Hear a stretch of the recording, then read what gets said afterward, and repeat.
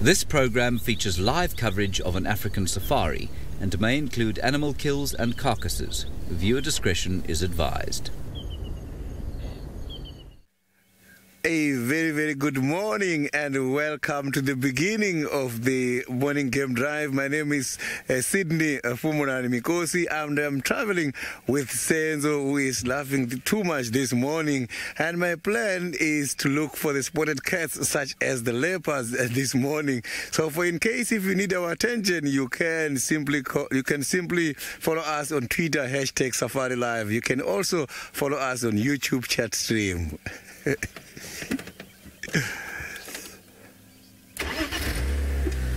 Senzo looks very much excited about this game drive this morning. I can see maybe he's going to spot a lot of interesting animals.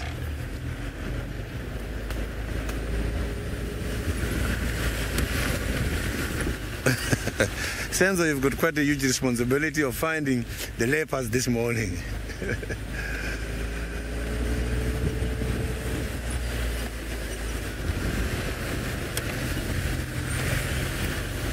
So I am looking for Osana here in this area. Maybe I'll be lucky around the Galago Pen. Last night I left him around Viotella Pen heading towards the Galago Pen. He must be somewhere in this block.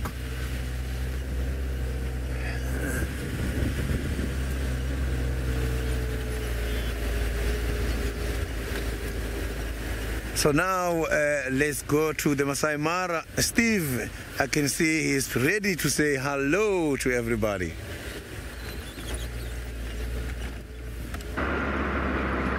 Good morning, everybody. How are we doing this morning? My name is Steve in the Mara Triangle, joined by Big James on camera. And well, it's apparently 17 degrees Celsius, 63 degrees Fahrenheit. But there's a very chilly wind breeze coming here, but we've kind of come straight down the mountain and we're going straight to the Batty at Fox Den. We'll be there in about 3-4 minutes. Quite excited to see what they're doing. Are they there? Are they around? I promised certain people last night, Chris I think, I would be coming back today. Please send through your questions and comments, #SafariLive. We'd love to hear from you. It is a beautiful morning, although a little fresh for the moment. It will warm up soon, no doubt. I'm sure it's just a bit of wind chill factor. The last few days coming down the mountain, well, we found lions at the bottom, so we haven't needed to go anywhere. So these moments of just trying to get a little bit further, I suppose that's what's going through the fingerless gloves. I did have my spotlight out before, and I think that's why my hand is frozen. But that's okay. Better than being as warm as the guys down in Juma are. Well, as much as we want to get to the Batty at Foxes immediately, there is always going to be some form of traffic, even on a Saturday. And you can probably see these big black round behemoths in front of us, or should I say grey behemoths. Nice big breeding herd of elephant. They are kind of in the road, so I'm just going to sidle up to them nice and quietly. We do love elephants, but it's not the best light at the moment. You can see them just over here. See this female. Yes, Rachel, it is a beautiful morning. Have a look how they've all stopped. They're all trying to figure out, am I a friend or foe? Watch in a moment how they'll all start moving again. 3, 2, 1. There we go. They're all okay. They're all relaxed again. Basically what happens is something will happen. Something will trigger the matriarch and, well, or one of the individuals, and they'll all stop dead still. The matriarch will then assess the situation, and then she will say something at a frequency we have no comprehension of, and everyone will be like, okay, mum's happy or granny's happy, and then they'll go about their business once more. I was driving up and then switched the car off, as you noticed, then sidled in here nice and slowly, and that might have given them a little bit of a surprise because they didn't know what this crunching, soundless, well, the engine was quiet, the tyres weren't quiet, so it was that sort of crunching tyre sound as we moved into position. And they've assessed that we are not a threat. And there we go, going about their business. But they've given us a gap, thankfully. and we're going to be able to squeeze through here. Michelle, the babies are always cute. There's something very special about baby elephants. They're very, very fun to watch. Elephants are always special to spend time with. They're always doing something, even at these early hours of the morning. And there's the smallest member of the herd, ensconced in the herd, as you were, Jamie's favourite word. But as I said, they've given us a gap, so we're going to sneak through to get to the bat-eared foxes on the other side. Just going to go through nice and slowly. There's no stress or rush to get through the elephant. Obviously, we want to get to the bat-eared foxes right at this time of day because, well, they are regarded as being nocturnal. So the last couple of times we've gotten there in the afternoon, initially they've been very flat and just sort of snuggly. Beautiful. Morning, morning, morning. Okay, well, while we head on down the road here, we'll be back with you shortly to show you some little very big-eared animals. And in the meantime, David Gitu is also out on drive with me, and he's heading that way. Everyone, and welcome to our morning drive. My name is always David, and with me today is Bungay. Bungay, good morning. I don't know what Steve is saying. It's cold. Doesn't feel very cold. He's a much younger man. It should be much warm for him. And we got a beautiful sky to start with this morning, and not much of the beautiful sunrises that we get here in this part of Africa, but that still looks pretty colorful. Remember, this is a very interactive safari. Any questions, please send them through. Any comments you may have, and like asking why do you have such a beautiful sky, you may send your comments using hashtag SafariLive on Twitter. Look at that. And we were talking with Bungay a few seconds ago, and that the sun is late to come out, and that could be an indication of some rain tonight or this afternoon. The short rains haven't arrived as yet, and I think it's getting rather late. We are getting a bit impatient. We want all the grass here to run green.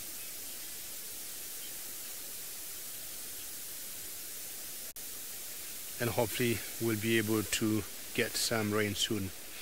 My plans today is to go look for my characters that I love, the sausage tree breed of lions, and didn't see them last night. I saw them in the morning, and the mornings to me turn out to be very good for me.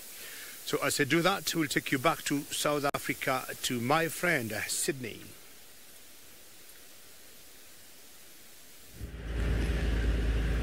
I have just picked up a very fresh track of a lion here, but it looks like it's that one I saw yesterday morning. I might have been in the area here last night. So at this stage it's difficult to tell if we're going to find Hosanna first or maybe any of those lions.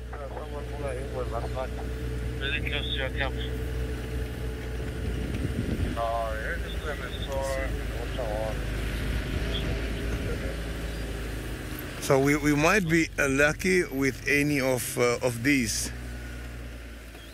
Oh, I've got the tracks again here. Just want to confirm. Yeah, I've got a lion track going this way. So there's both lions and leopard tracks here in the area.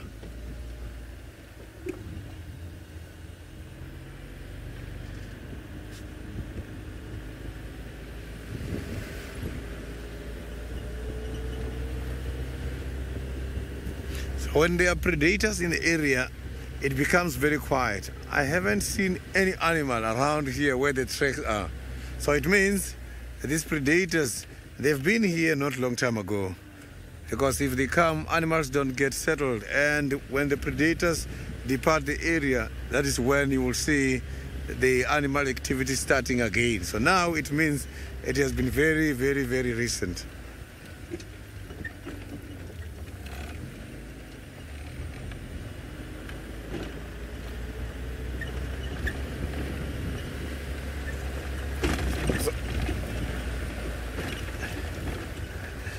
Thank you very, very much to all the viewers who are greeting me back. A very good morning to you again.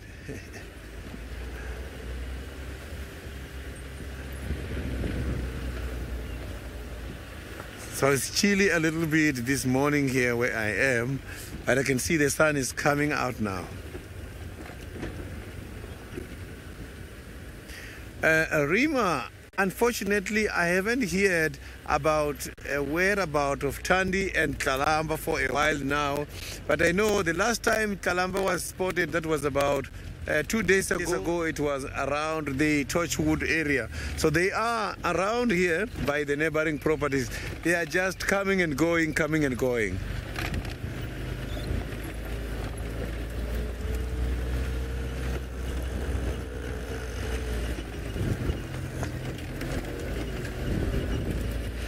There's quite a lot of buffalo tracks here where I am at the moment. Maybe is the reason why there are some lion tracks here where we are.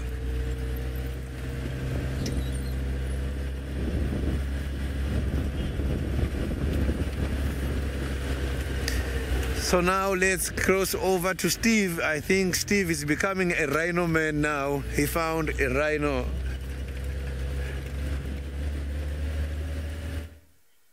Well, we have indeed. The traffic is very busy this morning on this Saturday morning, and we have found another black rhino.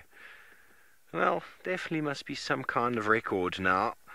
I think it's 6 days in a row we've had black rhino. It's very special. This looks like that boy moving through. I think it's a boy.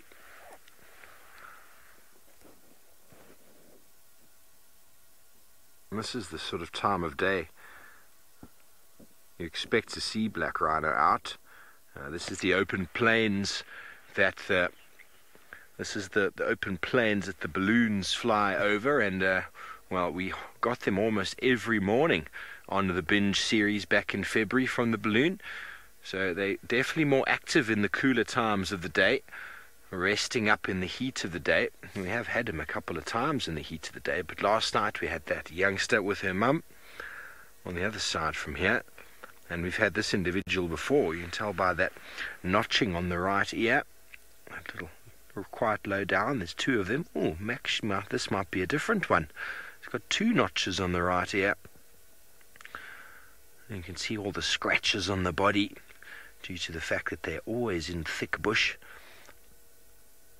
Very tough skin. When they run from something, they crash through the thickets. That looks very tasty. Some branch that they found out in the open here. Really, really nice. Beautiful, beautiful morning. Beautiful start. We're trying to get to these bat-head foxes, which are just around the corner. But we couldn't not stop for another black rhino. And there goes a hyena in the background.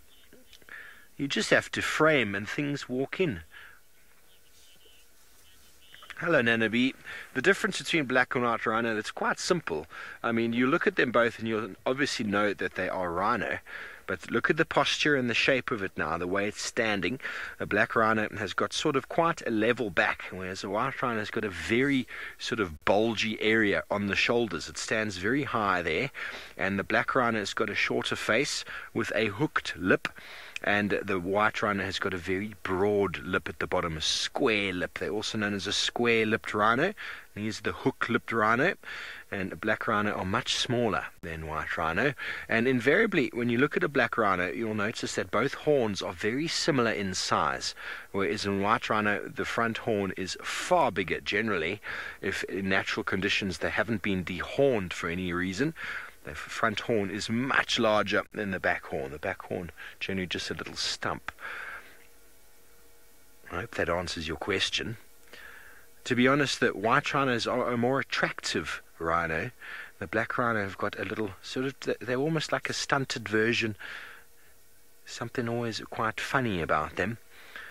You can see how the nostrils are quite close together in the front, with almost a hook lip, whereas the white rhino has got a very broad face, and the nostrils are on the side of the mouth.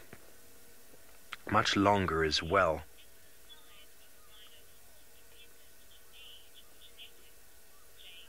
James, I think there's a little bit of genetics involved in the rhino's size of the horn, but it's constantly growing. It grows a couple of centimeters or so a year, but both horns will grow. White rhinos don't seem to, the second horn doesn't seem to grow as well, but when you ever spend time with them, you notice they do a lot of scratching and rubbing. And essentially the horn is just keratin, much like our fingernail, with deposits of melanin inside to strengthen it. So it just gets filed down. Like most of you ladies out there will regularly file down your nails, and well, I cut my nails on a regular basis. It's just like that, trimming them down. Rhinos will rub them to obviously, I don't know, to scratch and to do what they do. Some scratch more than others, so some might have theirs filed down a little bit more. But I found some females when I was in the Kruger that had enormous horns, and I've never seen females with horns that long, only once. And maybe it's a genetic thing, or maybe she completely is not a rubber. Maybe she's averse to rubbing against wood. Who knows? But there's possibly a genetic thing in there. Enjoying those forbs. Little prehensile lip. Actually, it looks like a female to me now, but it's difficult to say.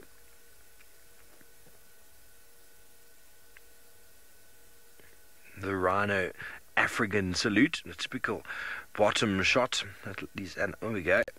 Well, yeah, that's a female, ladies and gentlemen. If you were not sure, you're now very sure. If not, and you need me to explain further, please feel free to drop a comment below. There's most certainly a female.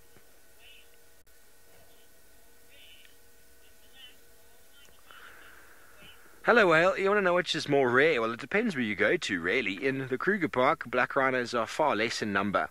Even before this whole poaching scenario started really hitting hard, white rhino numbers were much greater than that of black rhino.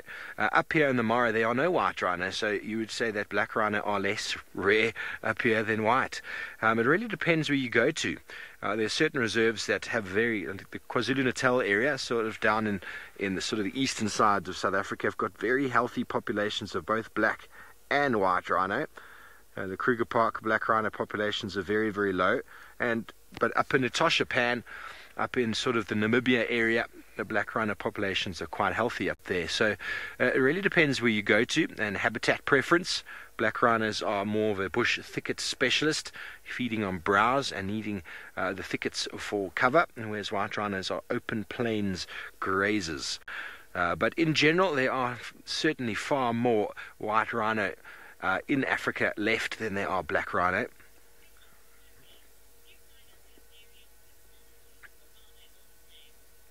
Snazzy, I'm sure black rhino have white rhino as well have got personalities, as do most animals. If you get to know them, I suppose that there's specific things that they do. There's a very healthy rhino population in a reserve I used to work at. I won't give the name, but lots and lots of them there. They were actually donated by KwaZulu-Natal Wildlife. And certain of those animals, some of them will come towards the car, some of them won't. Some of them will jump up and down and spin in circles. Some of them will just run away. Some will be very inquisitive. So there's definitely something to them. The Toe Pete decides to photobomb. Of course, he wants a little bit of the spotlight this morning.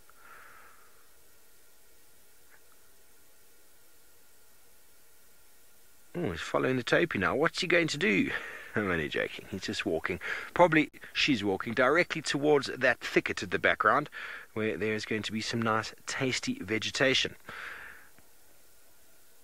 I've yet to find a rhino pile or dung up here, but then we don't do any walking, so that's probably why. But I am looking deliberately near and around the roads, but I've yet to find anything, because I'd like to show you some black rhino poo.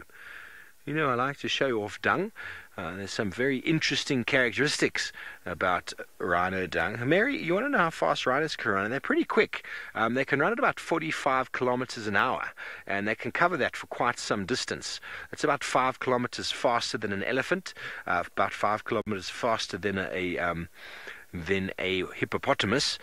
So that works out to be about 20 miles or so an hour. Pretty quick, and they are able to, what's the most impressive thing about rhino is they're able to turn, 360 degree or 180 degree turn on a penny. They can just spin. And that is what makes them so formidable, is that you think you're coming up behind them and you're safe from the horn, and next thing they turn around and you are confronted something that can turn around better than most of us could. A beautiful pirouette, as you were. But there we go, as we starting to lose visual of that beautiful female. So that's definitely a female. We saw a female yesterday, and I saw a male the day before twice. 2 days in a row. So we're going to start trying to really identify these rhinos now. I wasn't really paying too much attention, didn't think I would get to see too many of them, but now we're getting some good sort of sights of them. Well, it sounds like David might have sorted out his communication issues. Let's go over to him. I believe he is watching the sunrise.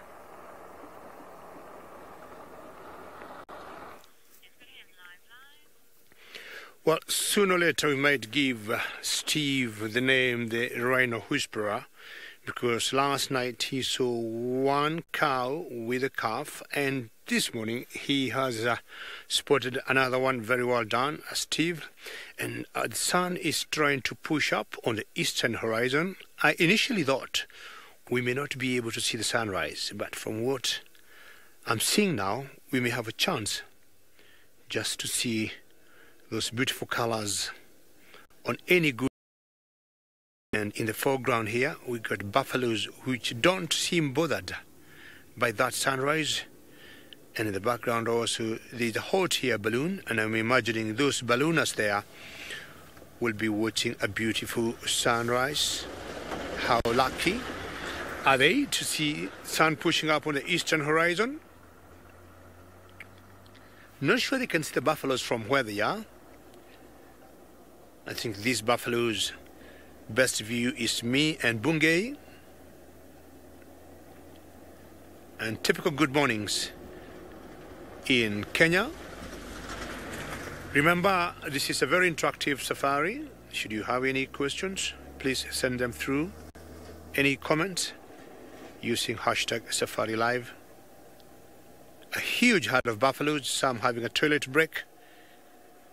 And because it's cool, they have started to graze as usual before it warms up. Rhonda, you say beautiful. That's a great comment, and a combination of such a huge herd of buffaloes and a sunrise in such a cool morning, it could not be better.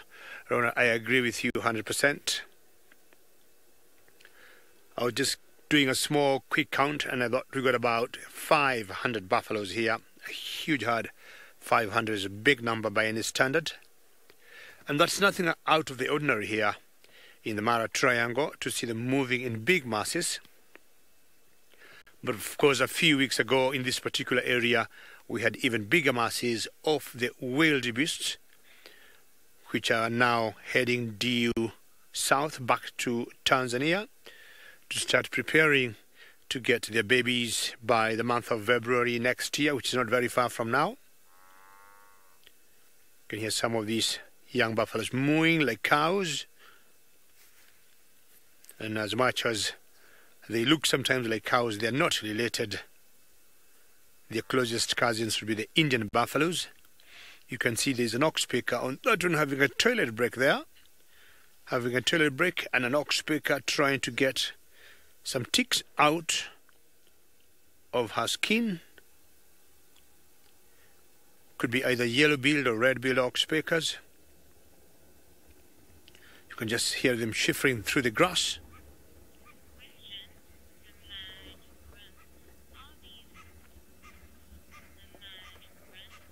Bernard Grimm, you'd like to know what buffaloes these are, and these are what we call the African Cape buffalo, African Cape buffaloes, and you'd see the water buffaloes in America. This is the Cape buffalo or the African Cape buffalo, and you can see now the sun has finally been able to pop up. Beautiful, very good job, Bungay.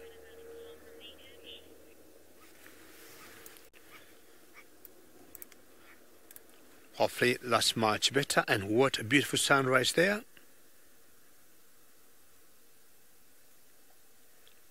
Excellent.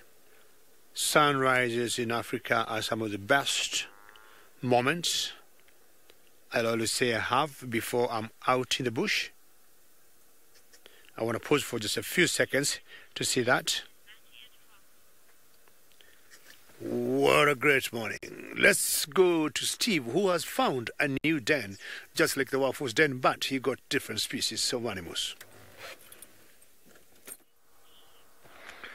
Thank you very much, David. Well, we have found one of the bat-eared foxes, and 3 of them were out with this one as we pulled up, and they quickly bolted into the hole.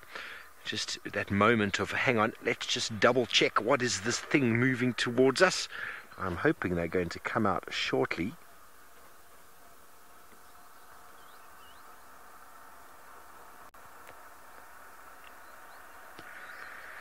But for now, I think the adults are back after a night of foraging. Unfortunately, where we are parked, we are going to be passed by a tractor in a moment. The tractor is on its way to collect the balloons that are going to be landing. So I do apologize about the noise, and well, it seems like the bat-eared fox is not too happy with the noise either. My apologies.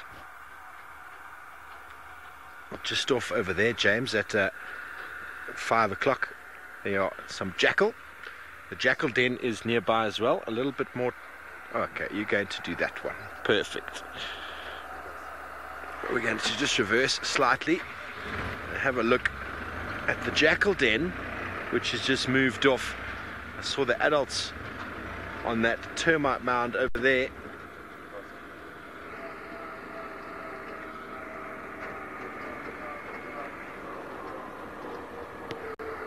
Sorry about the noise, folks. We need to move back more, James. Okay. Okay, so there are a lot of jackal in attendance here. Sorry about the noise. We are on the road to Little Governor's Camp. Just off to the right over there. A little bit more right, James. A little bit more. A little bit more. A little bit more. I'm sorry, I am in a terrible position. Well, while we try and get you in the right position without all the traffic coming past, let's go back down to Juma with Sydney and see how he's getting on with his leopard search.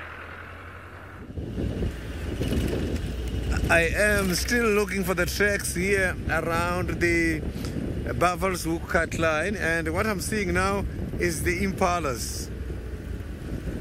So sometimes impalas, they also attract the animals such as the leopards. It's just like the buffaloes attracting lions. Impalas also attract the leopards.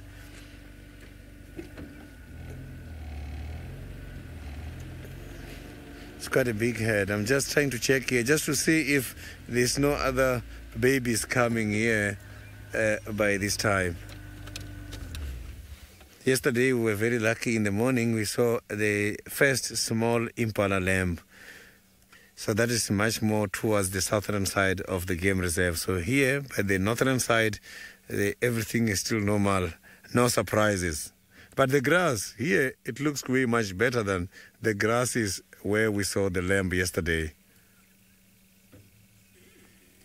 Look at them leaping and running. So most of the members of this family is on the other side. So it's quite a big herd. So a group of impalas together is called a harem. A harem is consisted of one dominant male, including the females. In other words, he is responsible of all these females.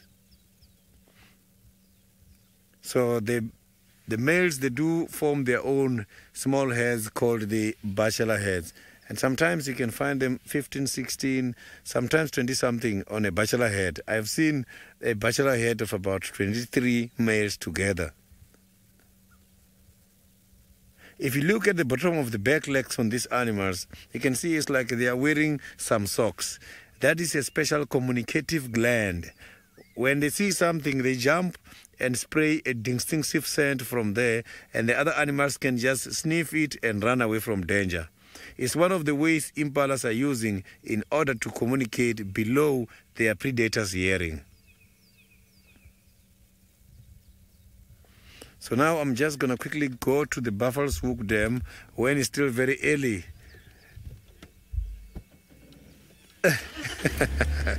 Alex Rex, indeed, is a lot of girlfriends. So the impalas, and these girlfriends, they fall in love with these males because of demonstrating their abilities to fight. So you will see them making noises and chasing each other during the breeding season, and that is what impresses the females.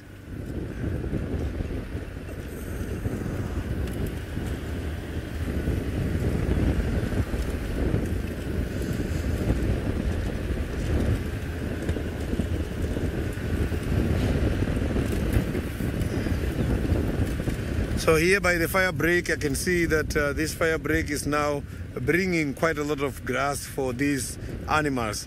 I think the fire break, when it was done here, it was done at time. So when doing the fire break, you got to be very careful because you must have to do it just before spring. You don't have to do it before winter, because if you burn before winter, you are going to pressurize the grasses and the vegetation, because winter season is too cold, and when it's cold, after burn it, the vegetation gets stressed. But if you do it by spring, just before the first rains. So now let's quickly go to the Samara.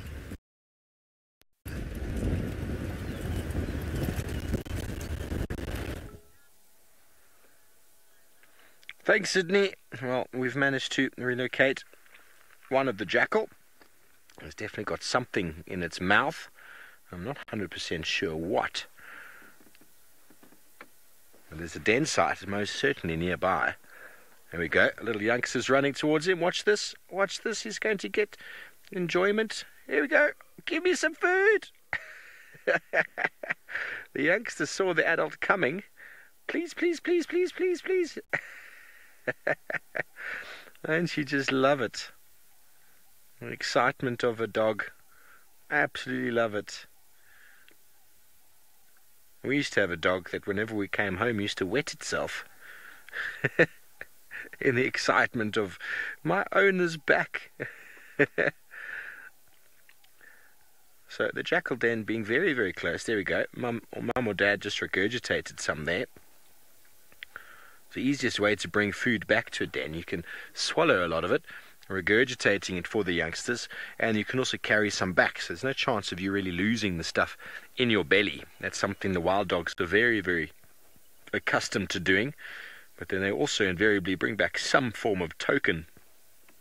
We saw a little while ago down there, I had that the pack with a small with the fetus of an impala that they had killed.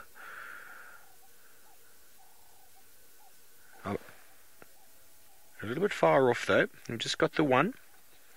If more come out, then definitely I think there'll be a lot of excitement, and maybe if these bat-eared foxes come out, then some more excitement as well. But it seems as if the quietness or the action of it all is slowly starting to quieten down. But it's really interesting. I've been catching up on some sort of information with regards to bat-eared foxes and trying to figure out exactly why and where they occur, and their habitat preferences. There we go, it's got some more food. I wonder, it looks like it's got some food, that jackal. Something in its mouth. We were talking about yesterday about the habitat preferences of jackal versus bat-eared foxes, and the jackal have got a very wide sort of distribution and quite a high tolerance and find them all over the place, whereas the bat-eared foxes have got a very specific sort of habitat sort of preference which matches that of the harvester termite, which is being probably one of their most sort of primary food sources, harvester termite. So it's very interesting how they only occur here sort of towards Somalia area and then down in the Kalahari. And what they reckon that is all related to is the soil type. So the overgrazed sort of lightly wooded habitats with sort of open areas for them to occur on. So they really like volcanic ash and calcareous soils. So the entire Mara Serengeti system was layered by volcanic ash many years ago, and I believe continued to do so early on, still in human history. And not just that, but with an underlying hard pan. So obviously they want to dig into those soils for the burrows. Invariably aardvark might have done the work for them already, looking for the harvester termites themselves. So they're very closely related to where harvester termite species will occur. And throughout the Kalahari, the harvester termite is quite a dominant sort of termite species, and up here as well. Rachel, I'm sure they are. I think a coyote is part of the canid family. I'm not 100% sure. I've never spent much time with coyotes, but there's so many similarities to them in their posturing and their body shape. All part of the canis. Oh, there we go. There's another jackal. Jackal all over the place. There's a lot of similarities to them. And all the dog species across the world are actually very closely related, but separated by geographic time and habitat preference. And that's led to the specialization that they have, and the reason why the bat-eared foxes have got such large ears, due to the fact that they feed on termites in the habitats that they've chosen to occupy. The jackal, though, they occur throughout southern sort of Africa, in all sorts of habitats. They don't have the same sort of specific association with a termite species, being a scavenger as well as a hunter. They occur pretty much anywhere you'll find large predators, because they will always compete to try and steal some food. Well, talking about food, not all of it comes in a solid form. Sometimes they need some milk.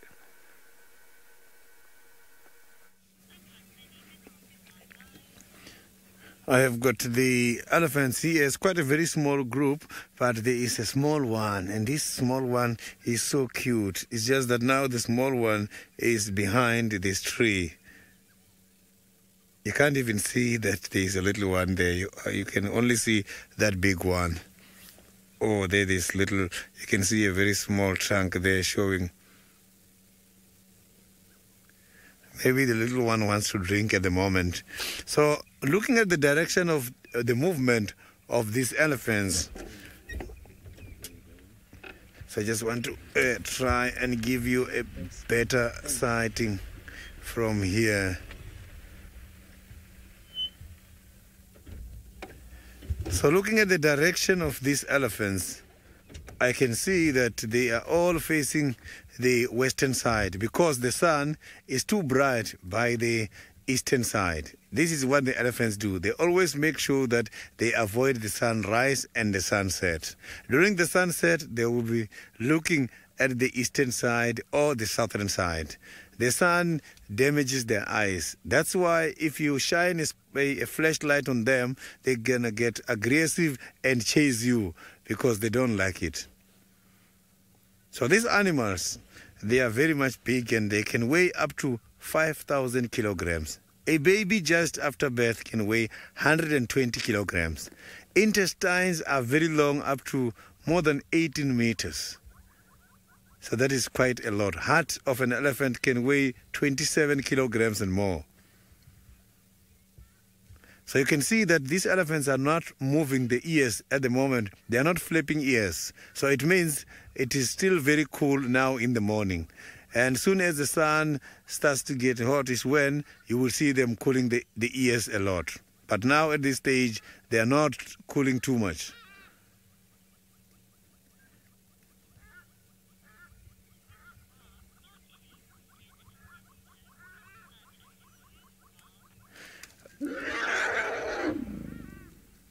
That was a loud sound. So that is the elephant trumpeting. I think something is not right there. The big one was giving the small one some manners. Elephants, Bob, the skin for the elephants is not as sensitive as the hippopotamus. Yes, elephants also are like hippos when it comes to the sweat glands. They don't get rid of the heat like we do. Elephants, they have got their own plan in order to avoid the sun. They like to go and do the mud wallowing in order to get the mud and use it as a sun block. So the skin for the elephant is not that sensitive as the hippo skin. So that's why hippos must have to be next to the water so that they can be able to regulate the temperature.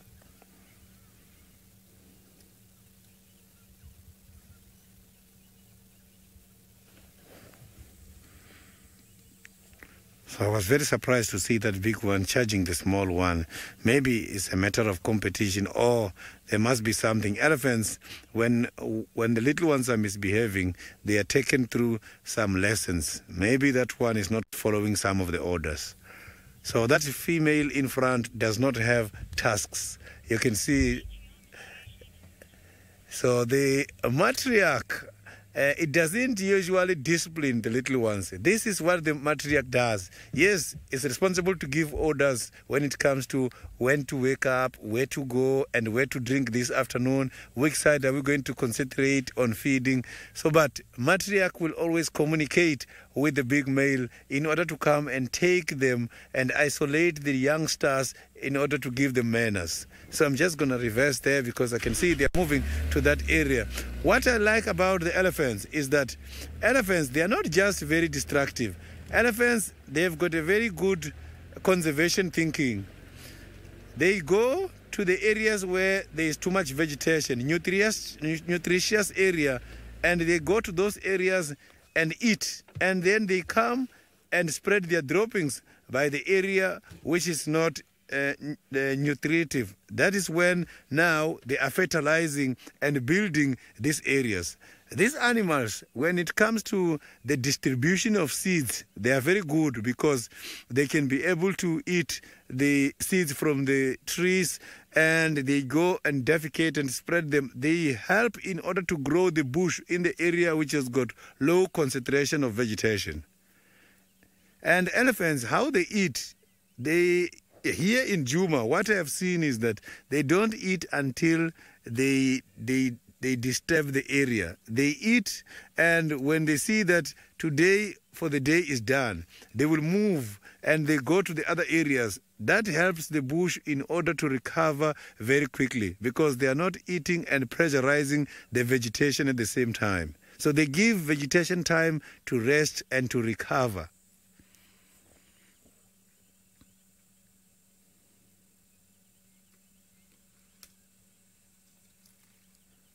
So the little one is trying to be a matriarch there. You can see the little one is leading in front. That is the one who was receiving a discipline. If you look at the side of the head on that big elephant, between the eye and the ear, there is a black dot. You see there is wet a little bit. That is called a temporal gland. It will secrete something called temporin. What we are seeing there is called temporin. Temporin, you don't have to misjudge this. A lot of people, they wrongly interpret the temporin. The interpretation of temporin has got nothing to do with maths. Temporin is a sign of stress. And you can see it on both male and females and young ones which are not even ready to go for mating. So when you see the temporin coming out, you just have to avoid them. So it means they are under stress. Yes, the bulls, when they are on mast, they can also release it.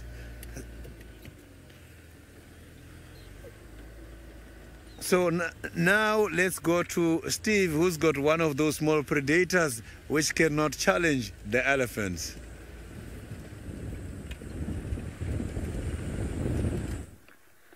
Fantastic. We are still with these jackal, and now through hearing them call, we're able to identify them as side-striped jackal. The noises are very, very characteristic versus the very sort of high-pitched wailing sound of blackback jackal. But there's more than, I think there's more than one species out here in the plain, and when I say that, there's also two hyena moving across the open just over there, James, so you can see them nicely in the open. Our bat-eared foxes have decided not to materialize again, but it is a carnivore bonanza out here. These two look like they've had a little bit to eat, and they're probably heading back to their den site. So amazing how 3 different species of carnivore can be within such a small sort of location of each other, all using very similar sort of ground denning sites.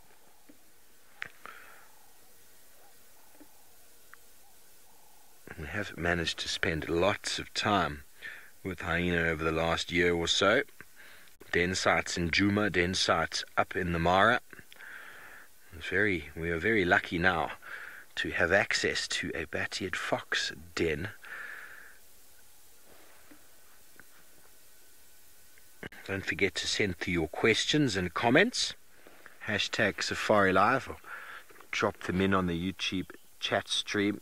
Sassy, they do indeed look like they've got fat bellies. It's something I've noticed with the Mara hyena, is they always look fat. The Djuma hyena don't always look like this. I mean, Waffles, if you ever see Waffles, well, you see her quite often, she constantly looks engorged completely, as if she's eaten a buffalo. Constantly look like it. Even when they're going out foraging, they look gorged. I don't know if it's just, maybe the protein that they're getting up here is a little bit more fat in their diet. I'm not sure. But the hyena of the Mara do always look a little bit bigger and fatter than those down south. Tracy, that's a great question. Studies I've read years ago indicate that a hyena can gorge about 16 odd kilograms in one sitting. So that's about 32, 34 pounds in one go.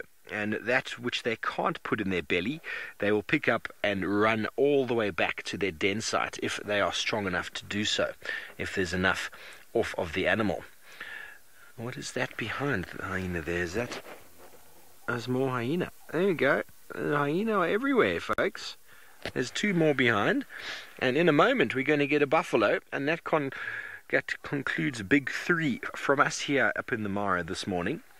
You just have to pan around and you'll find animals. It is constantly something you need to do while up here, just constantly scanning and scanning, because the animals are just moving through the landscape all the time. Wonderful place. The marvelous Mara, isn't it? Isn't it indeed? So the bat-eared foxes haven't come out again. I think, we decided to come here early this morning to see if we could get them, and we probably were about 10-15 minutes late, because when we got here, the youngsters went down, and now they've probably decided, with the noises of the tractors and things going past, which I have no doubt they hear every single day, so I don't think they're too concerned about it. But we did find them on the first morning we got them. Was it about... it was about 20 minutes before end of drive, James? So at about 8:30. So maybe they'll come out. It was a little bit chilly when we materialized here, so maybe they'll come out and enjoy some of the sunshine that is beating down on us right now. Much warmer than it was moments before when we were driving through the wind chill factor.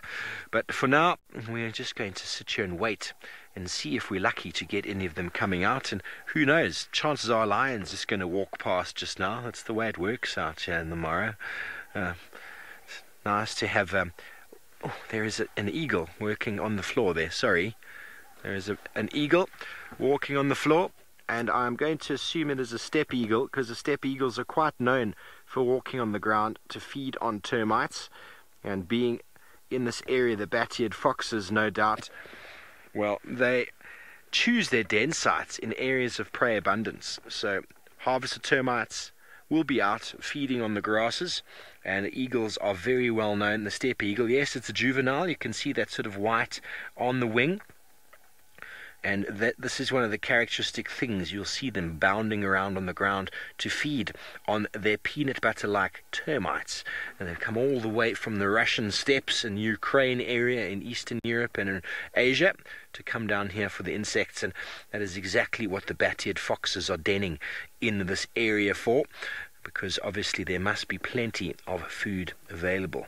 Well, very good to see them moving around. Very, very special indeed. It does look like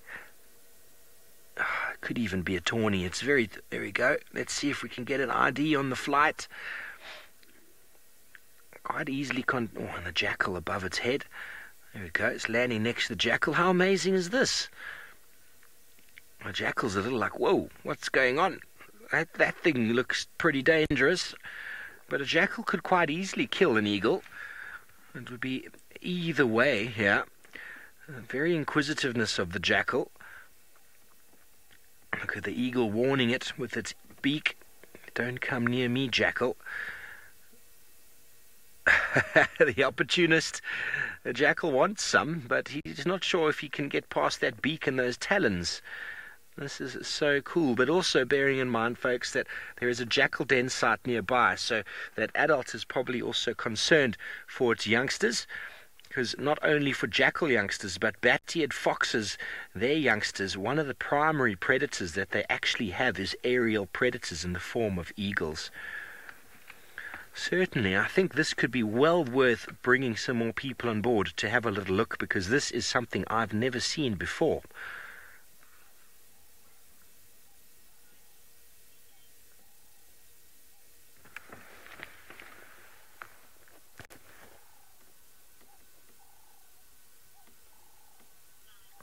Good morning, everybody, and welcome to the Mara Triangle in Kenya, where we've got a little bit of a standoff from a jackal on the right-hand side and an eagle that has landed on the ground. I think initially it is a steppe eagle, but it might also be a tawny eagle. I'm not 100% sure at the moment.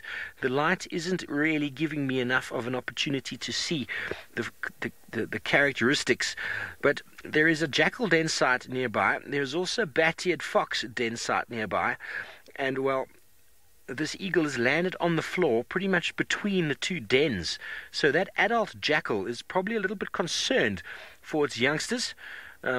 Baby jackal pups and bat-eared fox pups are at quite a bit of a risk of being snatched by eagles in the daytime. So this jackal is being probably a little bit more protective than looking for an eagle for its food, which is very, very interesting. This is something I've never seen before. But looking at it closely now, it looks to be a tawny eagle by the fact that the gape on the mouth doesn't extend past the eye. But needless to say, it is an eagle. It's landed on the ground. Bat-eared foxes, being in the area denning, choose their den sites very specifically for food resource, being harvested termites. So there's a good chance the tawny eagle, or the eagle itself, is walking around trying to snatch up some food in the form of insects, and the jackal is having none of it. Snazzy, that is a very big bird, but if the bird doesn't play his cards right, the jackal could have it, because jackals are very, very quick, very, very fast, and they can bite quite powerfully, and they are well known for taking birds out. They're well known for catching birds for food. If anybody out there is able to give me an accurate identification of this eagle, please feel free to send through. Please, you can also drop your comments and questions below. We'd love to hear from you. The magical Mara is full of surprises. I was just talking about how you pan your camera left and right and all sorts of things will happen. And well, the eagle flew in and landed right on the ground.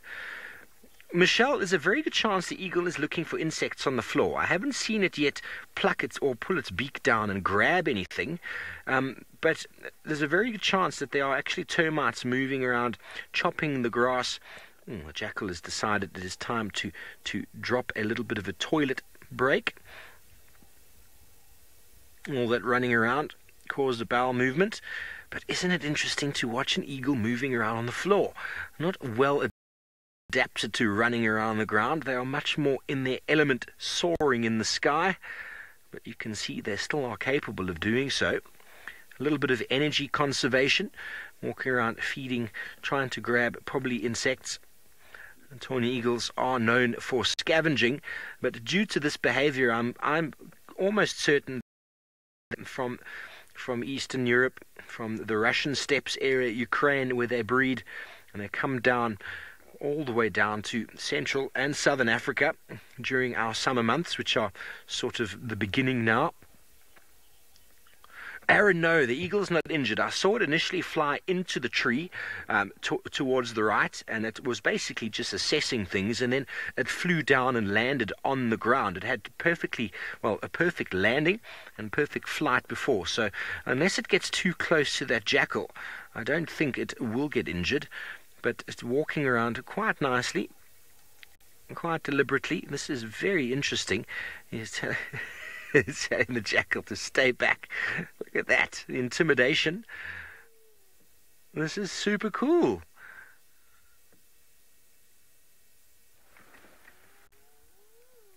And I wonder if you can hear behind us there is the whooping call of some hyena. Kayleen, I'm not 100% sure where the jackal pups are at the moment. The den site is not very visible to us from here, but it is there and around where the jackal is, a little bit more to the right. Whenever the adults sort of materialize back in this area with food, youngsters come pouring out of the hole, getting very excited, running up and down the side of mum with their tails wagging like a typical dog does when the owner comes home.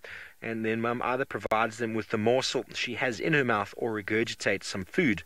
So I think that the eagle is a little bit off, sort of more left towards where the den site is, but the inquisitiveness of the jackal is always there. It would probably try and snack on this eagle if it could get past the intimidation the eagle is putting down. He's busy smelling where it's gone. What do you smell like, Mr. Eagle? It's looking more and more like a tawny eagle to me. But very interesting. This time of year it starts getting quite difficult to identify the brown eagles because of the migratory species coming in, namely the steppe.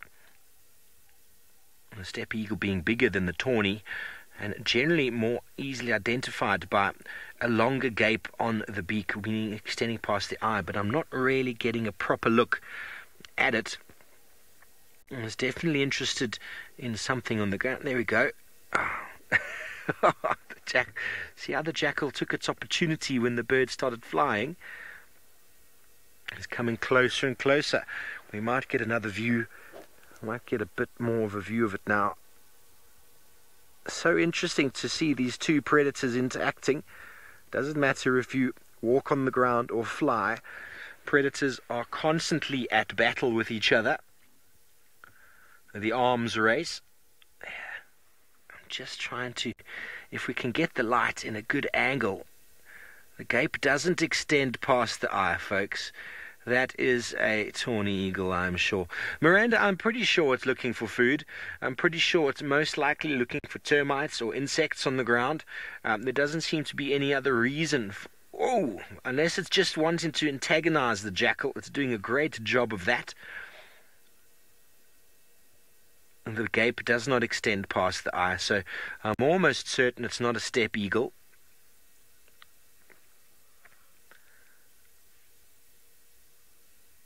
They are quite known for scavenging as well, tawny eagles. Opportunistic. There we go. And you can clearly see no issue in the flight. A little bit more room away from the jackal. But as I said before, there is a den site right here next to us of bat-eared foxes, and they specifically choose their den sites due to an abundance of harvester termites. So there's a good chance that the tawny eagle is after those, but as I say that, he has yet to have put its beak down to snack on anything.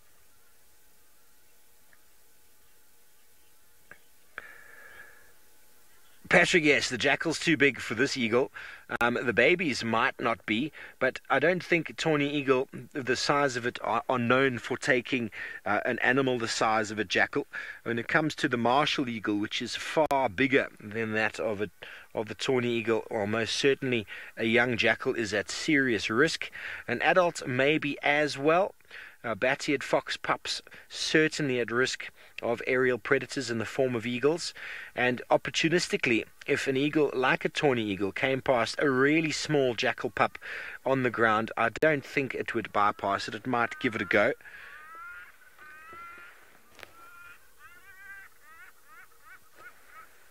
I wonder if you heard that. We just had some trumpets or hornbills flying in behind us there. You could hear them crying. I think it was trumpeters. I might have to get another little look. I didn't get a look at them. They disappeared into the tree that the tawny eagle was initially in. And if any of you out there disagree with me with my bird identification, please feel free to send it through.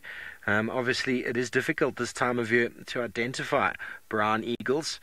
If you would just get out in the open for us and show us exactly his... Here we go. Trying to get a nice view. So interesting to see such a delicate bird walking around so ungracefully on the ground. I've seen this with owls a number of times.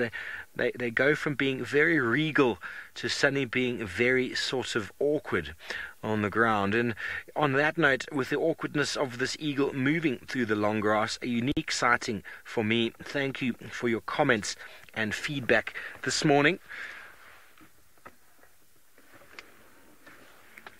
Before we go, just introduce myself. My name is Steve and I'm joined by Big James on camera, and if you'd like to continue watching, we are still live on YouTube, so please just Google SafariLive and we'll see you there. Have a beautiful day and we'll see you next time. Thank you.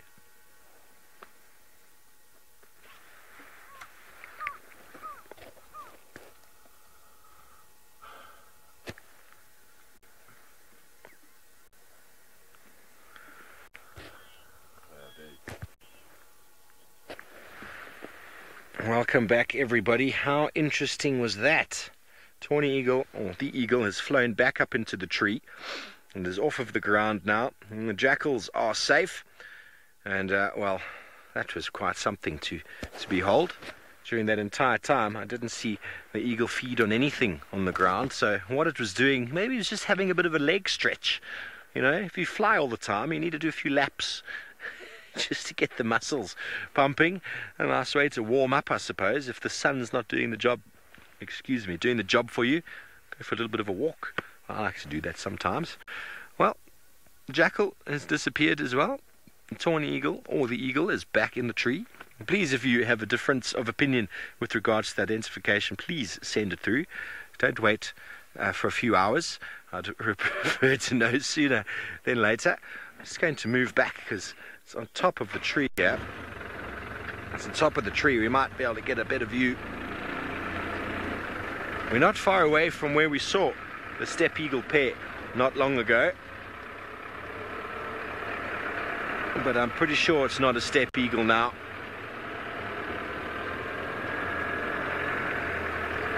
How's that, James? Can you get him in the tree there?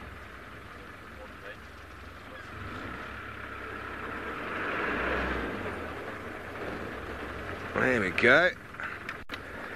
Let's get a look at you, shall we?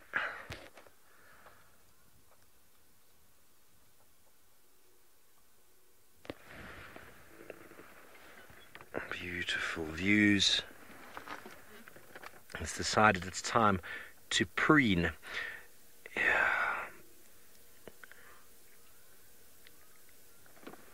So it does look now as if the gape is at least to the eye. I'm just going to have to double check. It's a tricky identification. If you just stand still. Certainly not a booted eagle. Booted eagles have got very stovepipe-like legs, meaning that the legs are not sort of pushed out. They're kind of like almost like it's wearing tight leggings.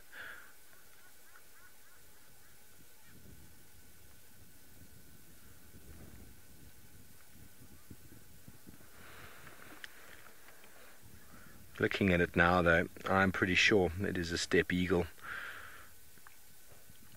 The gape does extend. There we go. Take those screenshots. Can you see the gape extends to just past the eye? Okay, so that's what makes it easily identifiable. The tawny eagle, the gape, well, is just to sort of the middle of the eye. Tricky indeed. Please let me know if you agree or disagree. It is one of those ones that can be can be debatable. It's just the action of it moving around on the floor like that. It's one of the behavioral traits, characteristic traits of a steppe. The name steppe, S-T-E-P-P, coming all the way from the Russian steppes. So all viewers are saying a tawny eagle. So that means everyone's disagreeing with me. Okay, well, please take a screenshot. Everyone's changed their minds. I think we were all uncertain this morning. We're all a bit uncertain this morning. Can you see the gape? It definitely goes to just past the eye, doesn't it? The gape is the mouth, that little yellow piece of the mouth itself, and it seems to go just past the eye. Does it not? It does. There's not a little bit. Steppe eagles are slightly bigger than that of tawny eagles, but obviously without seeing the two together, it's very, very difficult to really put an assumption on it or to put a correct ID. But there we go. He flies.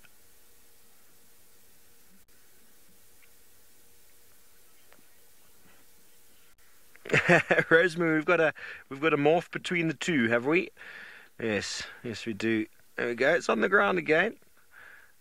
Definitely in search of insects. So to me, just through the behavior alone, I've never in my life seen a tawny eagle moving around on the ground. I've seen many tawny eagles. I've seen them perched in trees quite low down. I've seen them land on the ground and scavenge off of a carcass, but I've never seen them wading through the long grass in search of clearly what looks to be insects on the floor. Can you see the movement or their head positioning?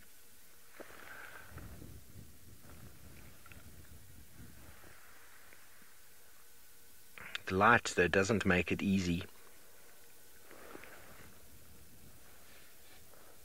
I'm glad James has got it. I'm looking up and I can't even see it.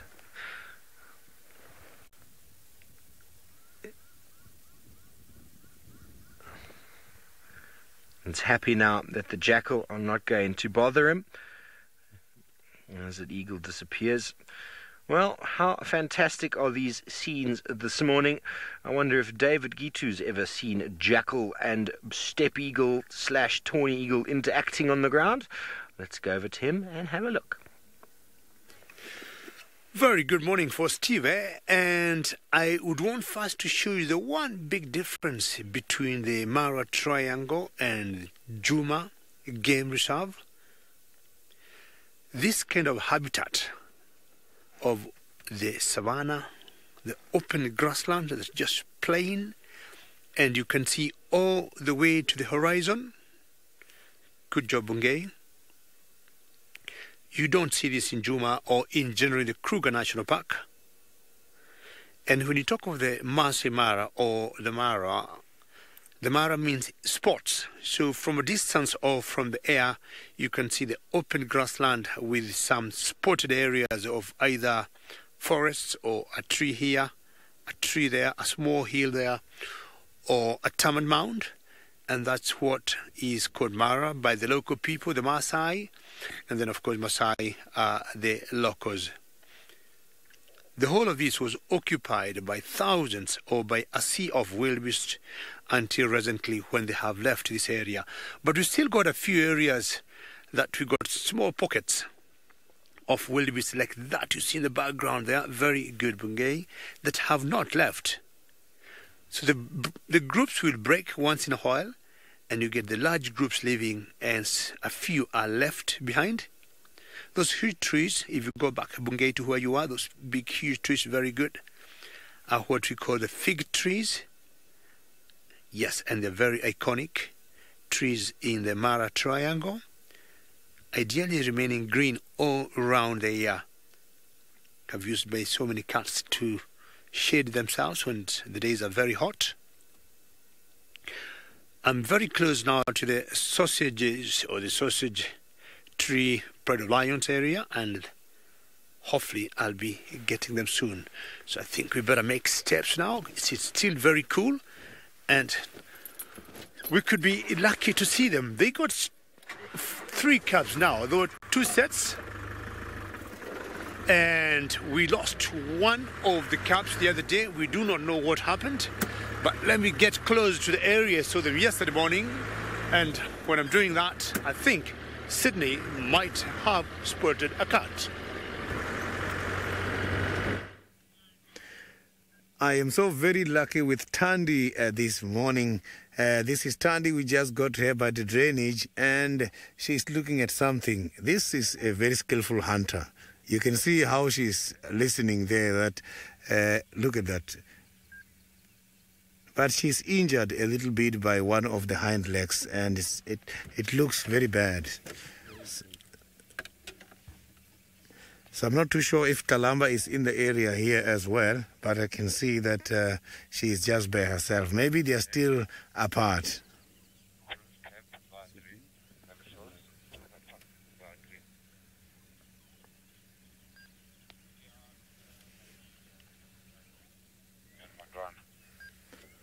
So I'm just going to keep following now.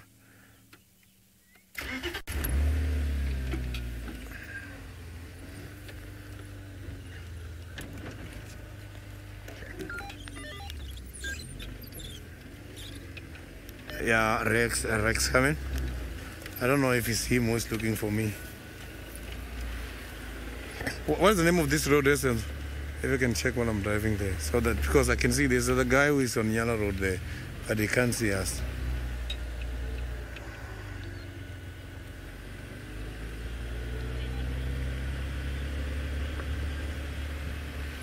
Hey, giraffe girl. Yeah, she is indeed looking for something. Hey, she's chasing something now. You can see there. I don't know.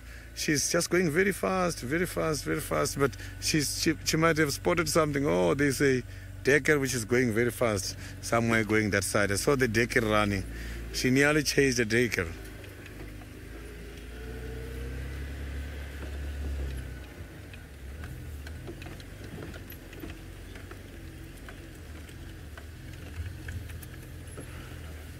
Barbara, I will show you the wound just now. Soon as I get a better sighting, nice and close, I will be able to show you, but I think she's recovering. I could see that it was a very big wound. But she's not limping at all.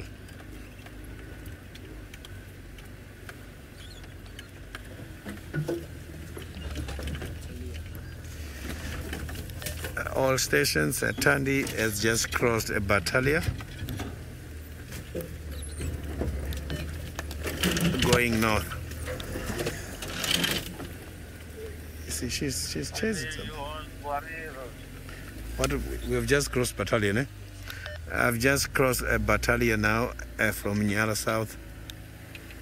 Is it Nyala South or Nyala North?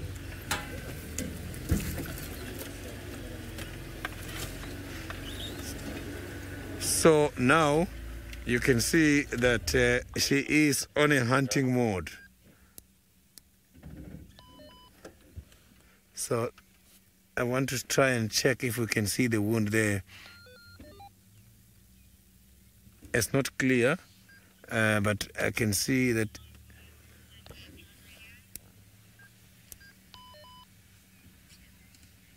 So I am not alone at the sighting at the moment. I can see this another vehicle coming to join us. Don't get surprised when hearing the camera clicks and people talking.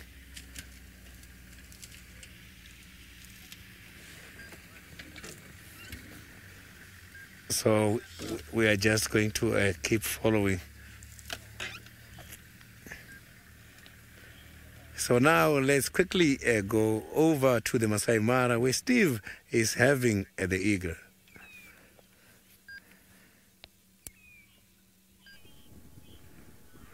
Well, it's come back and landed right in front of us. So now we have no excuses but to identify it correctly. The jackal was actually lying just underneath that bush, and it came and landed on the bush above the jackal. It's definitely antagonizing it. And it is only meters away from the bat-eared fox den site, which is very, very interesting.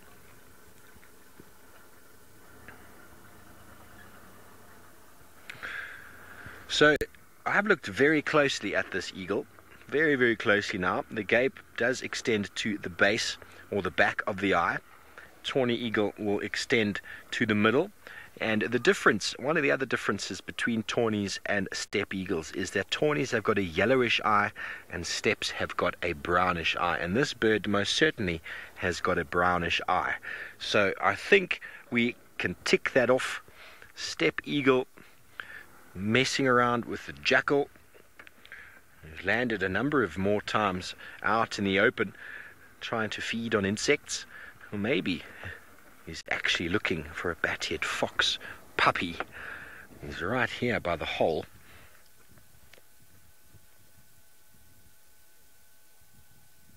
Marvelous scenes. There was 2 trumpeter hornbills before that flew out after you went away from us. They flew out from the tree that the steppe eagle was perched in, and they decided to leave the scene quite quickly, flying off back towards the river frontage where you generally find those types of birds. Large trumpeter hornbill occurring in quite riverine areas. And still a little bit of a standoff between jackal and bird. This is fantastic. I'm hoping at least one of these adults of the bat-eared fox are going to come out, add their 2 cents to the battle, or at least to the competitiveness that is playing out in front of us.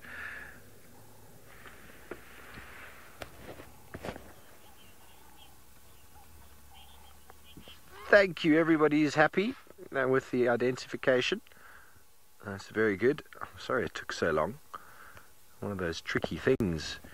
In the winter times or in the off-season times, it's much easier to identify the brown raptors than it is during this time of year with migratory birds moving through. And he decided, well, I'm going to make sure everybody can identify me. You can see the eyes are quite dark in color, aren't they? Quite brownish in color versus a yellowish eye. So that's quite nice to remember. And lesser spotted eagles have also got a yellowish eye, and their legs narrow as well. So they're narrow from the top to the bottom. They're not tight like the booted eagle's legs. And these legs all the way from the sort of hip area, the feathers are quite bushy all the way down to the feet. You can't see it now, but it's one of those characteristic features as well that will differentiate it from the booted and the lesser spotted. No doubt all the species were once very similarly related, but having to specialize, as it were. Tawny eagles generally are sedentary, meaning they stay in place, and larger eagles, or similar sort of eagles, the Wahlbergs, they migrate into sort of northern Africa for food resource, not competing with the tawny down in South Africa by feeding on a lot of insects. The steppe eagle does the same. It migrates and it's able to sustain itself off of insects when it comes down, small birds and insects, and seeing as it's not breeding, it doesn't have the necessity to provide enormous amounts of food, whereas the tawny eagle secures the resource for the territory. Dan, you want to know how tall it is? 100% sure. I should have probably looked at that before closing. It's just over 77 centimeters in height and weighing just under 3 kilograms. So a pretty large eagle, a tawny eagle being a little bit shorter than that by about 6 centimeters. As I said before, there is a size difference, but without seeing them together, very, very hard. But there's almost double in weight, closer to 2 kilograms versus 3. So I suppose that's not double, is it? It's about 25% bigger in weight. But a migratory bird that will fly all the way up through Egypt or across the canal around via Israel, which is a nice sort of passage that a lot of birds will travel through into Europe and into Asia. It's a place I'd love to go to for the migratory season, a place that they have serious aviation issues and aviation laws due to the number of birds that move through that area. If you know anything about birds and airplanes, well, they don't combine very well together. So if you've got over 500,000 birds flying through your airfields, there needs to be certain regulations behind how and what you do as a pilot and as a company. But they've noticed with these birds, which migrate all the way down from the north, that there's been a decrease in the juveniles that make it down and back up again from 30% about 15 to 20 years ago to only 2%. So the juveniles are not really making it back as well as they used to, and that's why in 2007-8 down in South Africa you could see hundreds of these birds. You could see hundreds of these birds, but due to all sorts of issues of power lines, the fallout of the nuclear power station at Chernobyl, the decrease in these species has been profound. Sorry, Emma, if you wouldn't mind repeating that name for me, please.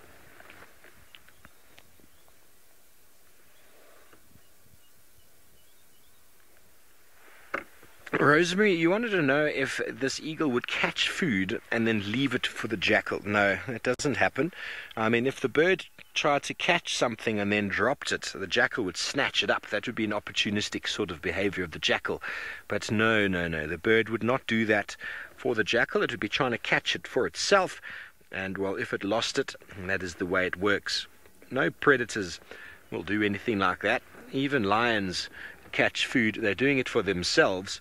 Invariably they do it for their youngsters, but as soon as the feeding starts, the competition over that food becomes so much that the adults will actually beat the youngsters off. So no predators catch food for each other. It's not how it works, unfortunately. But in saying that, this bird will feed on accumulations of breeding birds in the form of quelias, and then also on lots of insect blooms. So they actually move down here for the flights of the termites, which the alates will come out after rainfall. They occur in areas of high abundance of termites, and we said that before, that's why the bat-eared foxes have dug into the ground here. Well, marvellous news. Sydney is still down in South Africa with the leopardess Thandi. It's been a long time since I've seen her. I wonder how exactly she's doing.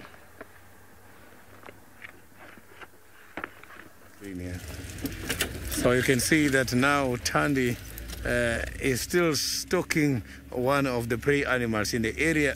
The last animal I saw coming this side, it was a decal. So I'm not sure if she's still after the very same animal or she is now looking at something else. But I can see that the body is showing she's hungry. She must be looking for something to eat for this morning. Look at that. She looks like a cheetah when she is raising the head up like that.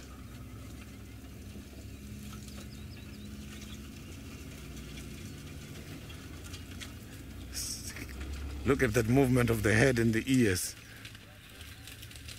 So she's trying to gather the information by all means.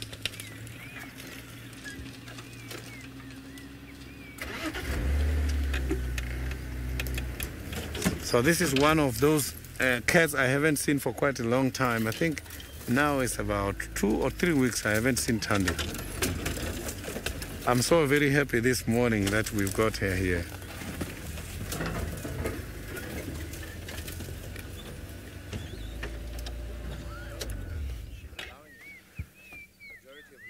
So you can see it. Yeah, this is amazing. I saw that at the beginning one of the viewers wanted to see Thandi, was asking where is she and how she is doing. So now we've got Thandi.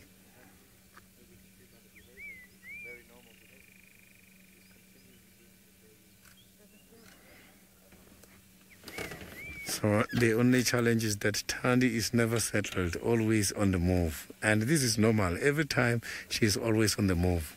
So the last time I saw her is when she missed the 2 scarab hares.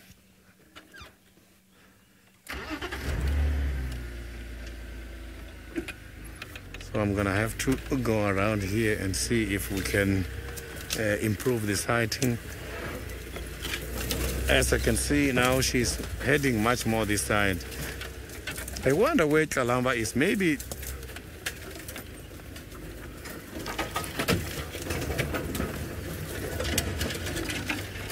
so. Can you please repeat that the final control? I didn't copy the comment.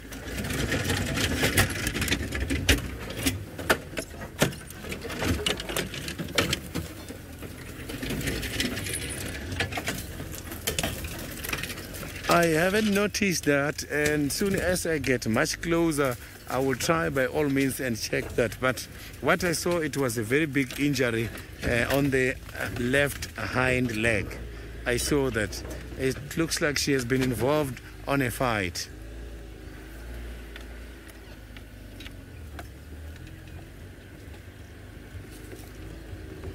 So she might be coming towards this direction here. Quite a lot of thorns here. So we might see her nicely all together here. She's coming towards this direction. She's right here. So, but she's coming up here, making use of the concealment. And she can camouflage nicely.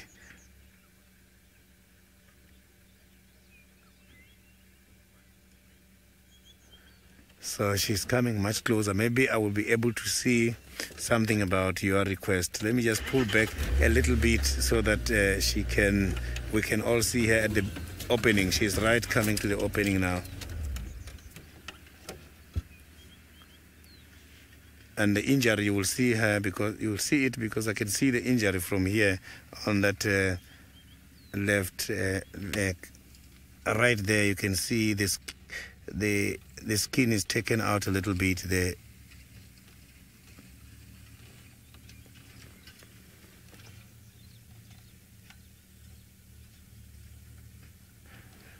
It's difficult to see because she's moving all the time. She's not settled, so I'm going to again try and move forward.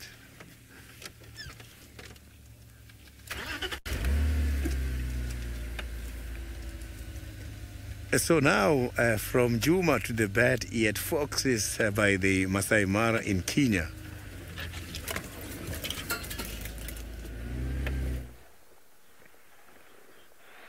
Well, welcome back. We have finally managed to get kind of a view of one of the bat-eared foxes, and it was super exciting or super interesting because that steppe eagle was sitting on the tree not far away, and the bat-eared fox came out and looked at it, and the eagle made a screeching sound and launched off the branch and then took off in the other direction, as if it was afraid of the bat-eared fox, or maybe it was surprised that this thing had just suddenly come out of the ground and was like, oh, hang on, I've been chased by those guys before. There must be some form of den site here. Let me move before the bat-eared fox gets angry with me. But this adult has come out. And we noticed the other day that there were 3 adults with this group. And it's actually well documented that you'll often have sometimes a second male. And the female can actually breed with both males. And then they'll all communally look after the youngsters. Sometimes it could be a female, and if it is a female, then it's invariably the daughter that has stayed around as suggested to assist.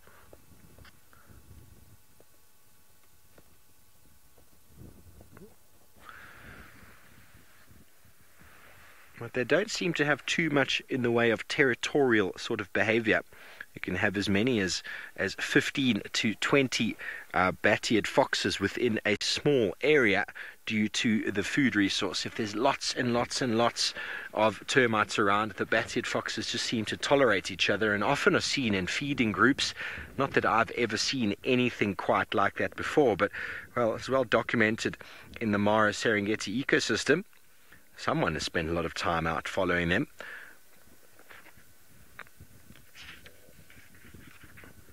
And what is of interest is that the youngsters, once they're half grown, actually follow the adults around feeding.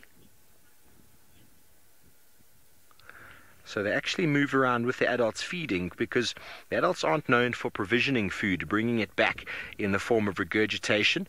The insects, they go out and feed all night, feeding on insects.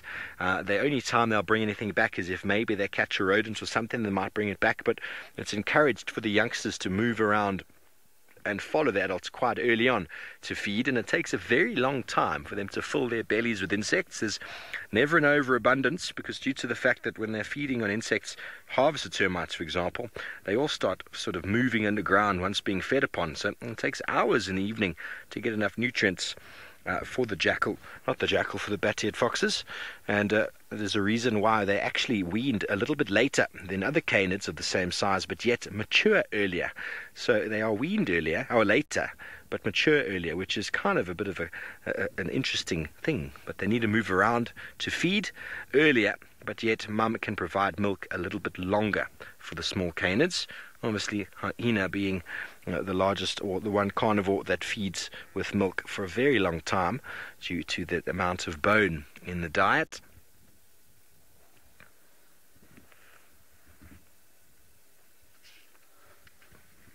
But this bat-eared fox is camouflaged in the long grass. Very good. Well, we're not getting too much of a view of them, so we might try and move off from this area and see if we can go and find you something else in the marsh area, because it does provide. We've sat here for quite some time, and well, we've seen lots of interesting action, but let's go and see if we can find something out there. Jump on board. Let's go and see, shall we, James? You ready, sir? I was hoping to get a little bit more action of you guys coming out. Okay, I'm sorry, I'm not 100% copying Emma's comms there, but I'm going to be sending you over to David, who's got something he'd like to show you.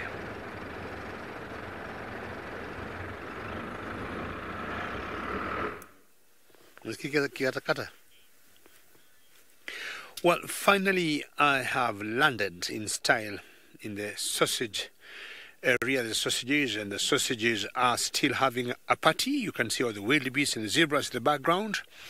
And 2 of the 5 female sausages decided or got something for themselves for breakfast. And another wildebeest down, and many thousands to go. Should anybody be a bit squeamish, I might request you maybe not to watch. But this is how Mother Nature turns to be. Unfortunately, someone have to die for someone else to live. Unfortunately, someone else have to kill another animal to survive. So for those who have never joined us before, these lionesses, we call them the sausage tree, pride of lions. And we're in the Mara Triangle on a very interactive safari drive. So should you have any questions, please ask. Any comment, send them through using hashtag SafariLive. And we call them the sausages because they live climbing. There's an eagle there trying to land. Can you see that eagle there? It's a Tony eagle trying to sneak on this meal here. Good job, Bungay. Tony eagle, good flight, good job by the camera operator. I'm not sure she's trying to come and intimidate. Ooh, you landed. All right, I'm sure you'll get something for yourself there. Yes, very good job there from Bungay. Guess there's a Tony eagle there. And they'll always follow the lions. Giraffe girl, a very good morning or a very good evening, and you say, what a yummy breakfast. Yes, and that's why the ego is sneaking in to come and enjoy part of this breakfast from the sausages. And you can see one female is already full. She's just now licking and cleaning her paws. She must have eaten earlier. Her belly looks quite huge.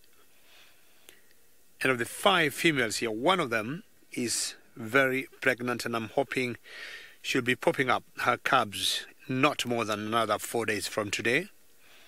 Not sure it's this one. Once she stands up, I'll be able to know.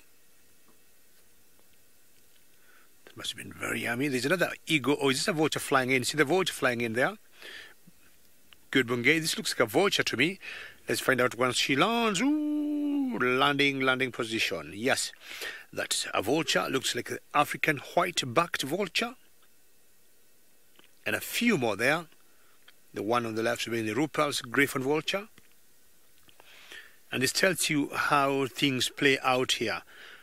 The lions will definitely hunt the prey. And once they eat enough, what they leave behind, they will leave it to the vultures. So in general, nothing goes to waste. Once the vultures are done, then you have the hyenas who generally clean almost everything. This lioness standing up there, Bungay to your left. She's walking away, and look at her belly. Massive, massive belly. Let's go back to the one that is still feeding. Either she started late, and I'd be able to know who she is if she stands up. There are two that are quite conspicuous. You can tell. Is that lipstick you got all on your mouth? We have one that have a knot on the tail that we call a kink-tail lioness. And there's one that when she walks, she limps a bit, and we call her limpy. So definitely the one that walked away was not limpy, neither was she the kink-tail. So the one still devouring this that was a wildebeest maybe a few hours ago.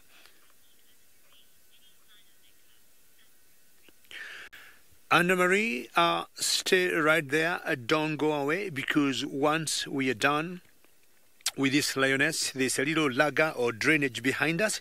We think that's where the cubs are. I just want to turn my head and find out where that one lioness is going. Yes, I've seen where she is walking to. So Anna-Marie, I guess that's where the cubs would be. So once we leave the sighting of this lioness feeding, we'll head there, Anna-Marie, and chances are we might see the cubs. Now, what the vultures tend to do, they will always build in numbers, just like the hyenas when they want to steal a kill from lions.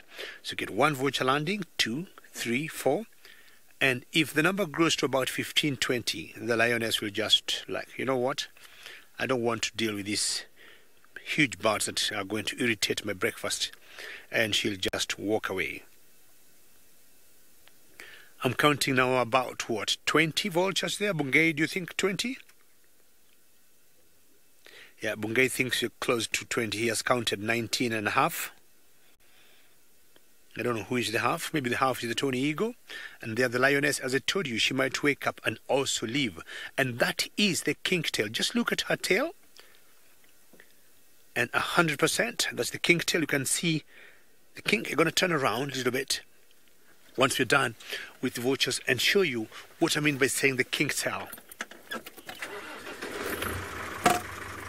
And as I turn around, we'll take you back to South Africa, to Sydney, and we'll have a very quick look at these vultures for 30 seconds, because the lionesses have left and the vultures are having now a feast. Let's have a quick look at them for a few seconds, and they're just getting on their stomach contents. How is that?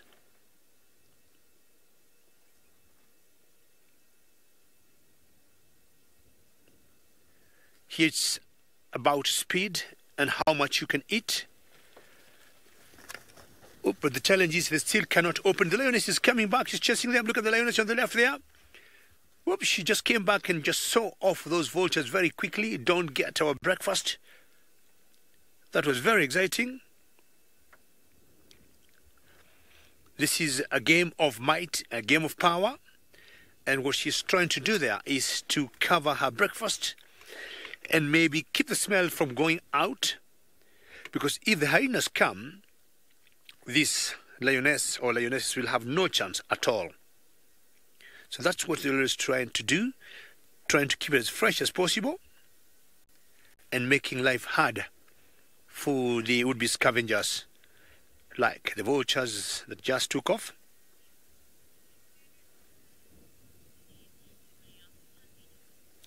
Very good. Well done, lioness. Take care of your breakfast. But let's find out what Tandy could be doing in South Africa with Sydney.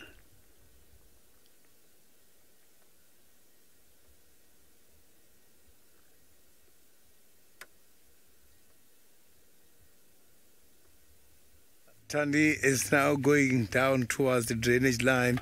I'm going to have to follow her very quickly here at the moment. I must have to try and find a way to go down there so that we can have a good sighting. I can see there is a big chance for me to follow her. She's right now in the middle of the drainage.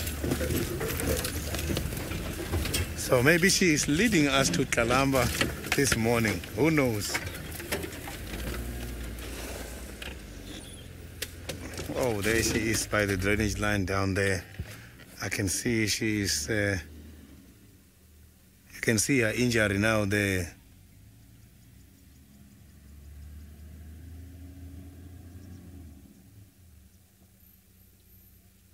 So that is where she is injured.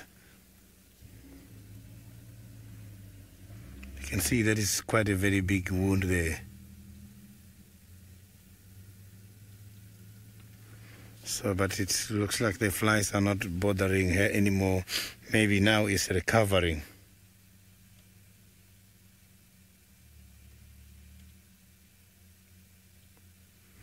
She is concentrating a lot. Maybe there's something here by this drainage line. So by now, I'm sure Kalamba is well experienced. She might be catching a lot for herself. Kim, yes, the injury, it doesn't look too deep, but the skin has been taken off there.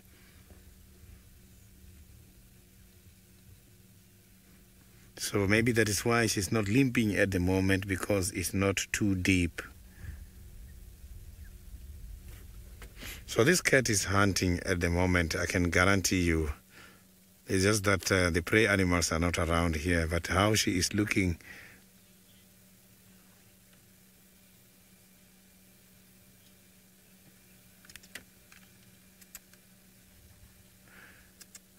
When she's hunting, chances of making it worse, they are there because they do scratch against trees when taking down an animal.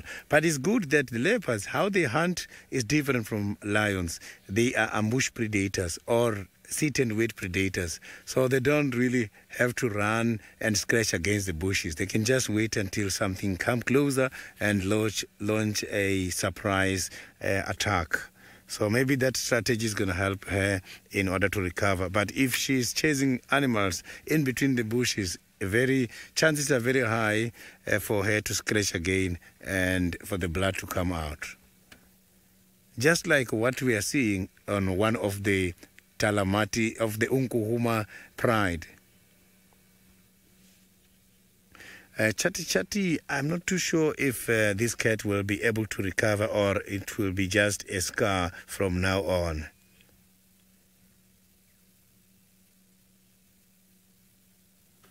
So let's hope it doesn't stay like this, like the one of the Unkuhuma females, which has got a big scar at the back there, which has been there for quite a long time.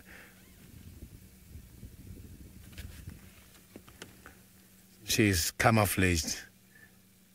I can't even see her nicely there.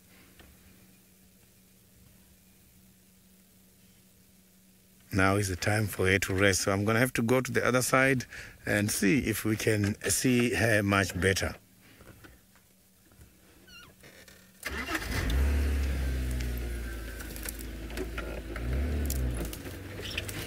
Because now she is relaxing.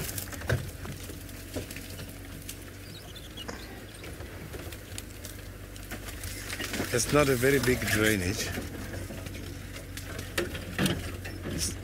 So now, while I am relocating, let's go to David, who's got some lion cubs at the moment.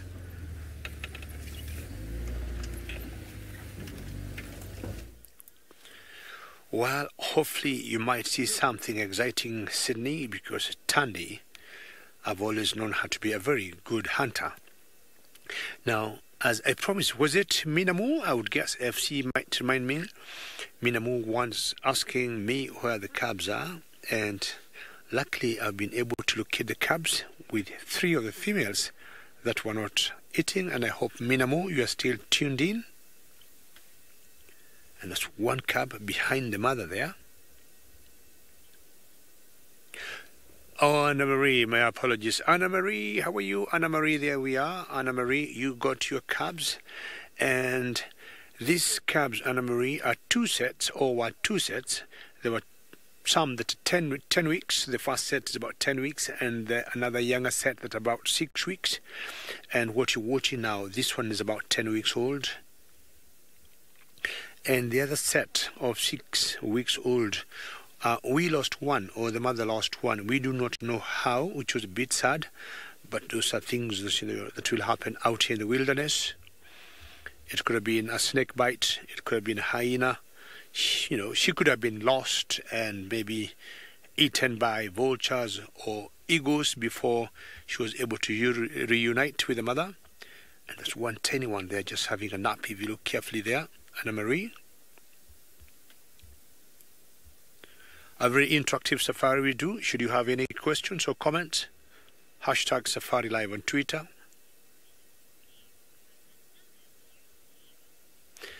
And talking of eagles eating maybe the lion cub, which I do not know for a fact, I think Steve have a similar feathered friend.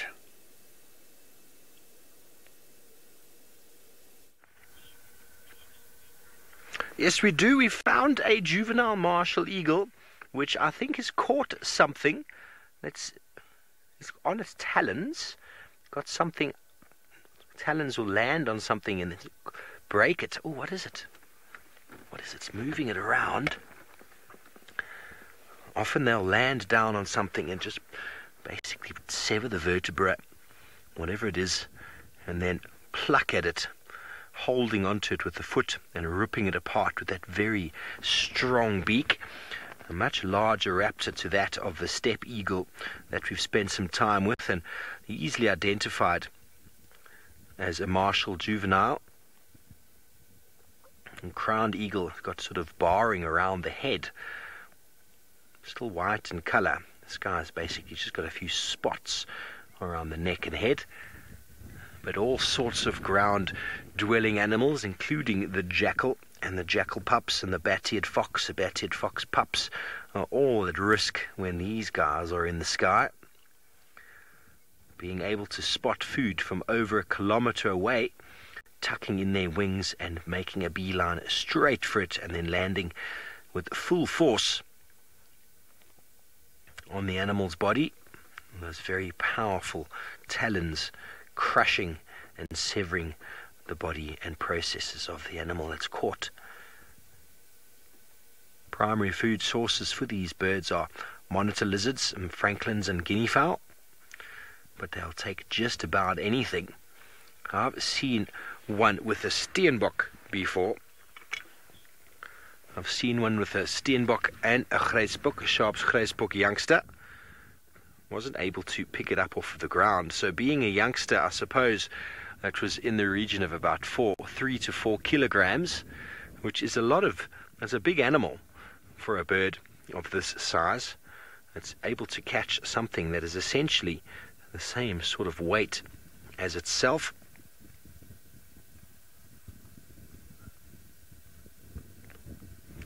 Marvelous martial eagle. One of the really special birds to see, regarded as one of the big 6 birds.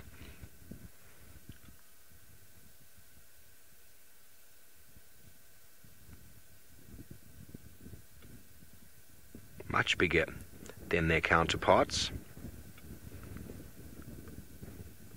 Ruffling his feathers. You see how the crown or the back of their head stands up like that.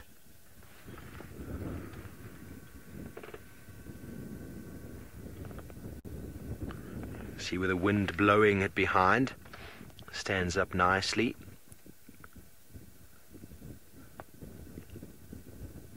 Juvenile, as I said.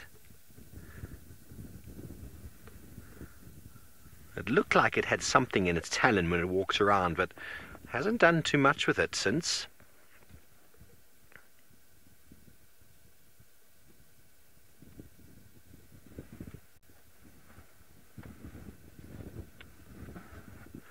And just on the other side of the thickets that we're on now, this is where we saw this youngster not so long ago. I'm going to assume it's the same individual.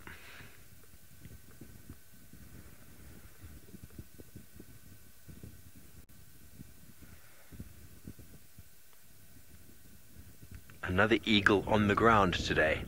Very good. Every time I've seen a martial eagle on the ground like this, it's taken off with a monitor lizard or a guinea fowl in its talons. And one time I saw it, as I said, on the carcass of a Sharp's Grijsbok, which was very interesting to see. It actually left the Grijsbok behind. I was kind of spooked by the approach of our car.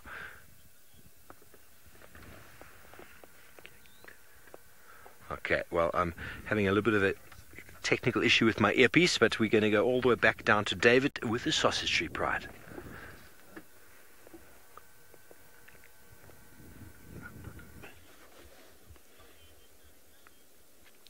Well done, Steve, over for the martial eagle. And this one particular lioness that you see here, I'm giving her a maximum of 4 days. I'm not a gynecologist, but there she goes down. But the last I spoke about her, I gave her 7 days. That was 3 days ago. So I'm now giving her 4 days, and I can tell you she's going to pop up her cubs. So I could be wrong. I want to see how good my estimate is. And Bungay is just writing that down. Bungay is my camera operator this morning, and he's saying he's going to hold me to that 4 days to now we are going to have new editions on the Sausage Tree Pride of Lions. The one walking there, look at her walking style. You see she's limping. We call her Limpy. We call her Limpy. Something might have gone wrong with her at one point. That's one of the cubs that we think about 10 weeks old. Although that's the younger one, that's 6 weeks old, that's the younger one, who lost either a brother or a sister about 10 days ago. We do not know what might have happened. And just like the martial eagle you're watching with Steve, martial eagles have been known to prey or to predate on young cubs of cheetahs, lions, leopards. Could have been a snake bite, or could have been other predators like hyenas. Nobody knows for sure, but we just found out one day she or he was missing in the pride. A slight mistake by the cubs going in the wrong direction could have costed him or her the life, or maybe accidentally falling in a hole, and maybe the mother was not able to retrieve her out of the hole.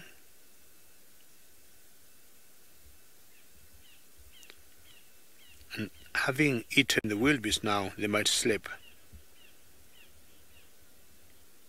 Yes, great comment with Grumpy there, and this is so peaceful for me. I was almost giving up of, having to or sighting these lionesses, but finally the luck struck on the last minute, and seeing them having some breakfast was super special. So one of them is crossing the drainage to the other side. So Kingtail, which is not very far from me, just like 3 meters away from me. Bungay, can you get Kingtail for me? Yes.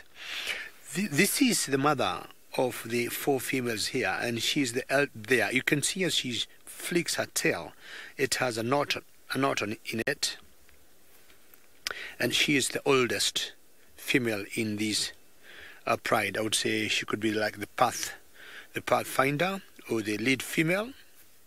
Very good hunter. And in 2 months, I saw her mating 2 times with 2 different males, and not knowing exactly whether she never conceived the first male or why she had to mate again. Sometimes it's rather difficult for the females just to conceive quickly or easily. That's why you see them mating as many times in a day and for like a whole 1 week. And maybe if she found out she didn't conceive, chances are she would have mated with a second male, maybe chancing and finding out if she would conceive for the second honeymoon. Very typical for lions to go flat, especially when they're full and, it's getting warm. And could be the same thing happening to Tandy.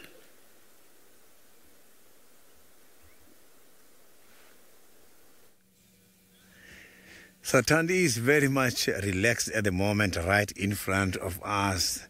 But we've got a very big challenge at the moment. We are having a puncture and we can't get off the car. She's just less than 6 meters away from where we are. So we've got to fix and change the wheel after she's left here. Because now we just have to stuck here. We are just going to be here for a while until she gives us chance. You can see she's right here.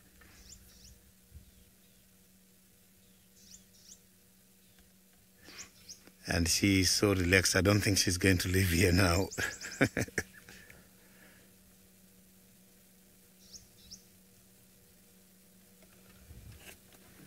So my hind left wheel. And this is quite a nice view. So it means we will be coming to you live from the drainage where we are broadcasting Thandi until she leaves here.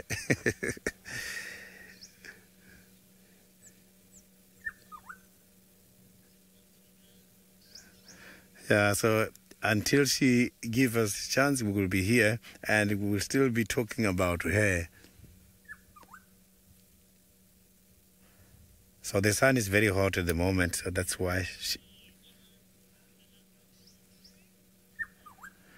Barbara, Talamba, the last sighting, it was a few days ago. She was spotted by Torchwood. So it looks like Thandi is giving Talamba a chance in order to become independent. Maybe she might come soon, or Thandi might move towards that direction during the day.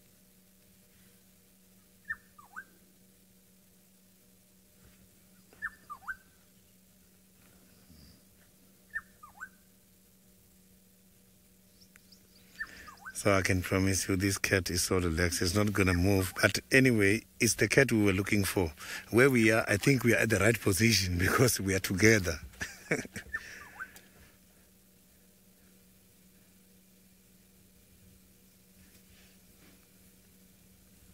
So now that Thandi is doing hunting for herself, it's obvious that Talamba is also doing hunting for herself on the other side. Because Thandi, from here to Torchwood, is quite a distance. She cannot catch something and drag it there. Hyenas are going to give her a problem on this long distance.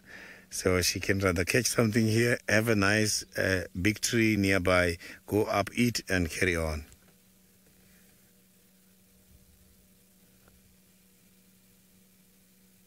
So I can hear the squirrels making noise far away from here.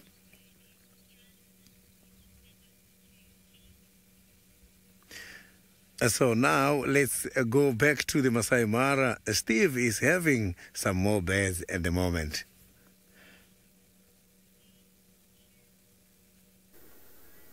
Well, we have found a black-headed heron. In the area we always seem to find them in. Oh, James, if you just go back to the right, the zebras are having a bit of a fight over there. Sorry, we'll come back to the heron in a moment. There's some interesting behavior happening in the zebra ranks over there. There's no doubt some of the young males and the stork in front there we're going to come back to. We're going to do a stork and a heron segment here. Well, now the zebras are all getting full of shenanigans. We've been running in from all different angles. We had the typical sort of jostling motion of two horse-like animals jumping up into the air. There you can see the ears are flat. A zebra, when they're being a little bit aggressive, horses, if anybody knows their horses, will know when a horse puts its ears flat like that, it's not happy with life. And it makes sense, because zebra have got very powerful bite. And if you had your ears erected, there's a good chance you could lose it to some teeth. I saw a zebra the other day that had a big bite out of their teeth. And that is clearly a big male on the right. You don't see females behaving like this in most species. You just see males running around, and there's possibly a young male that's in the ranks that's either being pushed away from the herd, a female that's not being... Oh, look at that! A very powerful backward kick that they have. And here comes another. They're coming in. The reinforcements are arriving. It's possibly a little bit of a harem, within an internal harem dispute, where maybe a female is not behaving the way she should be, and the males decided to give her a bit of a discipline. And we saw the other two, there were two other females that were running in, it seemed. But I have to identify for sure if that is a female. The size of it doesn't show to be a very big individual. He's really having a hard time getting away. He can't please the adult, can it? Oh, here we go. It's going to slowly slow down. See, the ears are also flat. Now, bearing in mind, oh, that was almost a very well-timed kick. Bearing in mind, animals like this can actually see pretty much behind them. So when you see a zebra moving like that, it knows exactly what's going on in the peripheral vision. It's an anti-predator behavior. Things are starting to calm down in the zebra ranks. Cohort of zebras there. But there's activity all over the place. This is a time during the migration when the herds of zebra come together. And zebras are generally harems. So a dominant male with his harem, and any young males generally get pushed away. So it's a good time for males to compete with other males. It's essentially enormous amounts of animals coming together. And while you can collect a few females during that period, you can compete with all the other males, and you can fight for dominance. So it's a very important time for zebra. And the coming out into adulthood, as it were, whereby any females that are up for grabs will be competed for, and any young males that are looking for harems will be able to compete with each. Oh, right in the face. Well, we're going to stay with the zebra. I promise we'll come back and talk about the birds as well. But in the meantime, it seems as if the sausage tree pride is going off for a drink.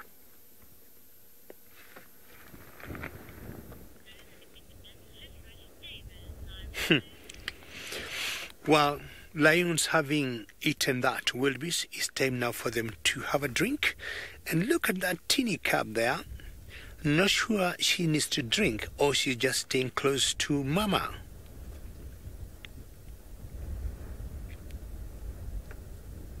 Clever cats, we have walked with them about 500 yards or 500 meters together, and I knew they were coming to look for some water to drink, and they'll definitely know where to source the water. And the cub is trying to squeeze herself between the two females to have a drink. As the other one that I think will be popping up in the next 4 days also comes in to have a drink. Pretty small area for water, but it's like a small spring. Could have dried up, but I think there's enough for all of them to drink.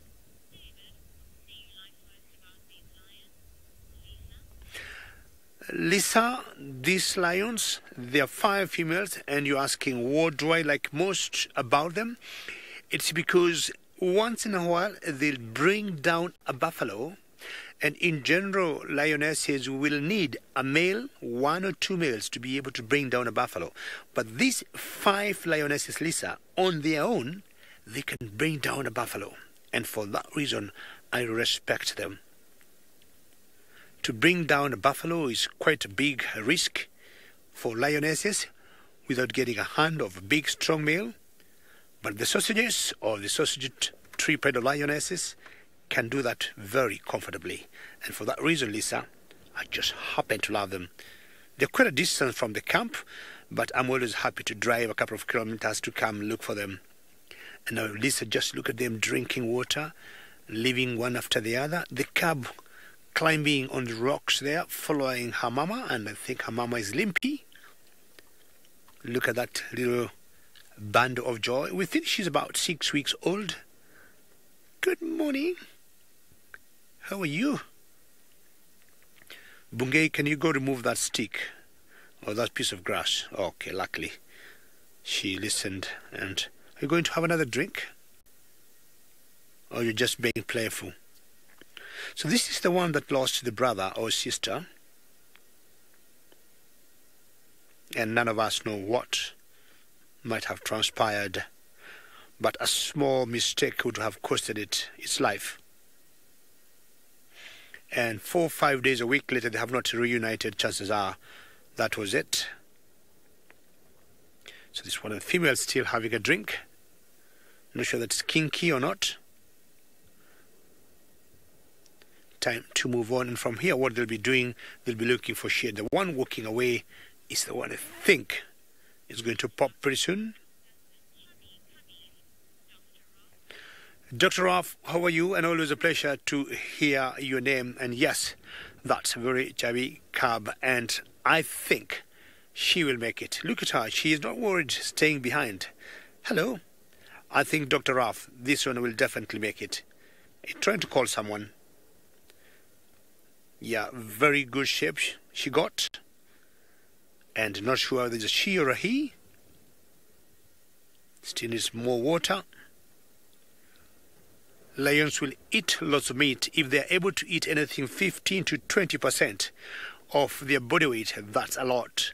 And I'm talking of 15 kilos, sometimes 20 kilos, 35, 45 pounds of meat, in one sitting. Are you drinking, hiding? But you can see the head of that one cab there. And the mother has gone way down to reach the water. Once we get the short trains coming, all these springs and wells will fill up with more water.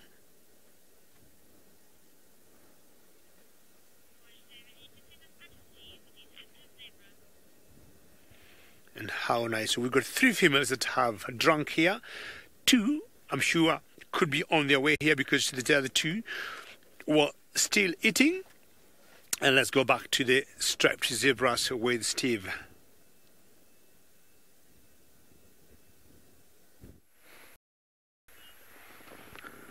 We have got some very boisterous zebra here. They are doing all of the typical male horse-like antics of jumping up and biting and kicking each other. They're constantly up and down. And this is a time of play. Those are relatively smaller males there. The bigger male now on the left, watching these antics. Basically saying, if you want to challenge me, I will sort you out, young sir. Here come in some ladies from the right to basically watch. It's so cool to see zebra behaving like this. A show of dominance. Oh, they've perfectly placed kicks to the face and head.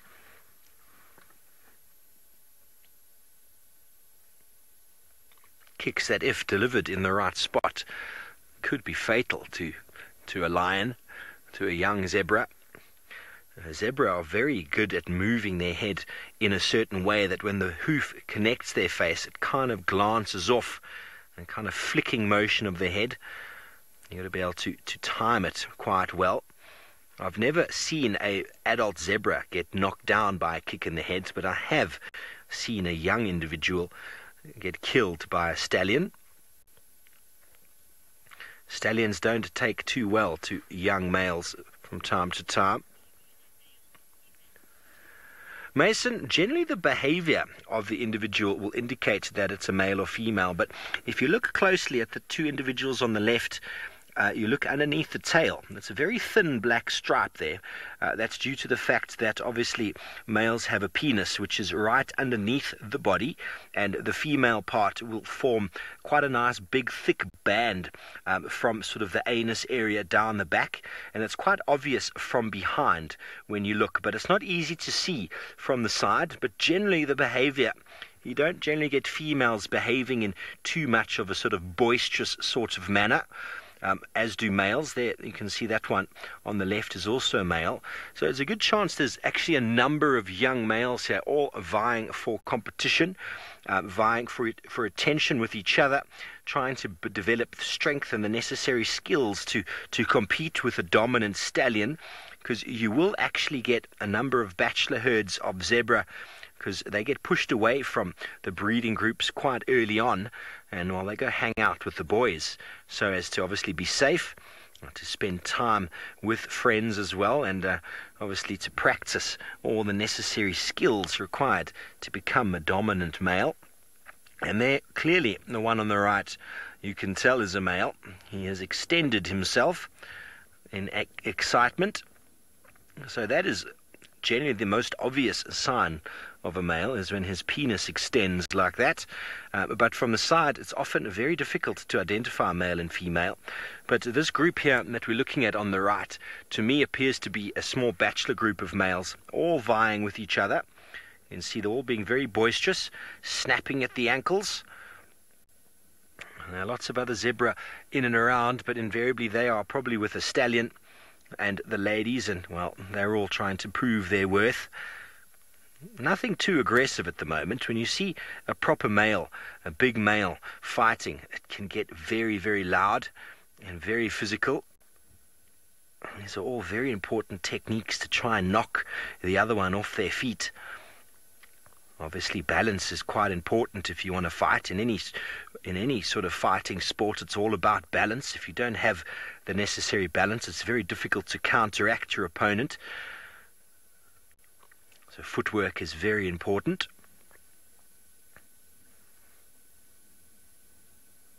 And the impala, he's trying to stay out of it.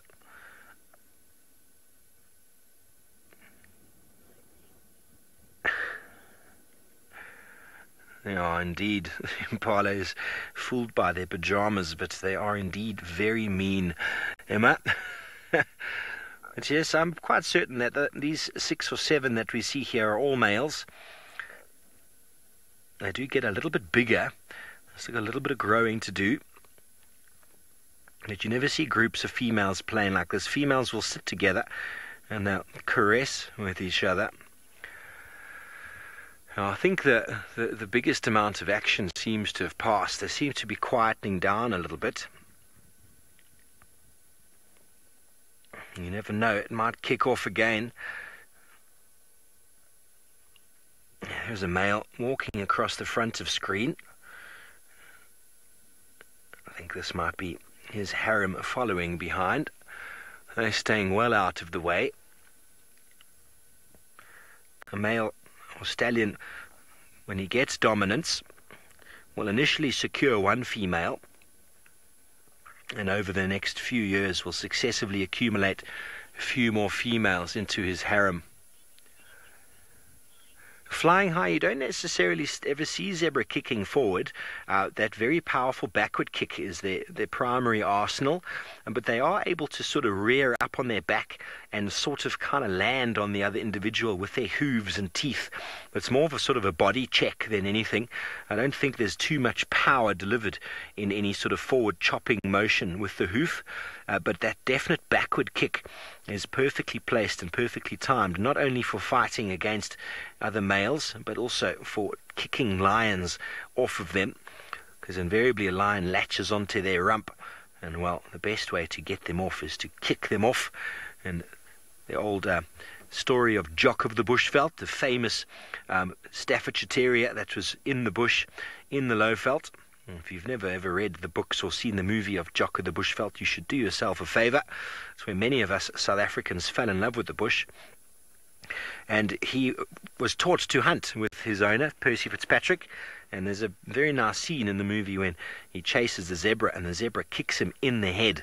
He's not supposed to have chased the zebra, but kicked him in the head. Luckily, they're made of very tough stuff, Staffordshire Terriers, and he was able to obviously survive that blow. But it does have... Ooh, there we go. See, that's the body check I was talking about. Okay, they're getting boisterous again, Emma. Lots and lots of teeth. Ooh, look at the kick. Oh!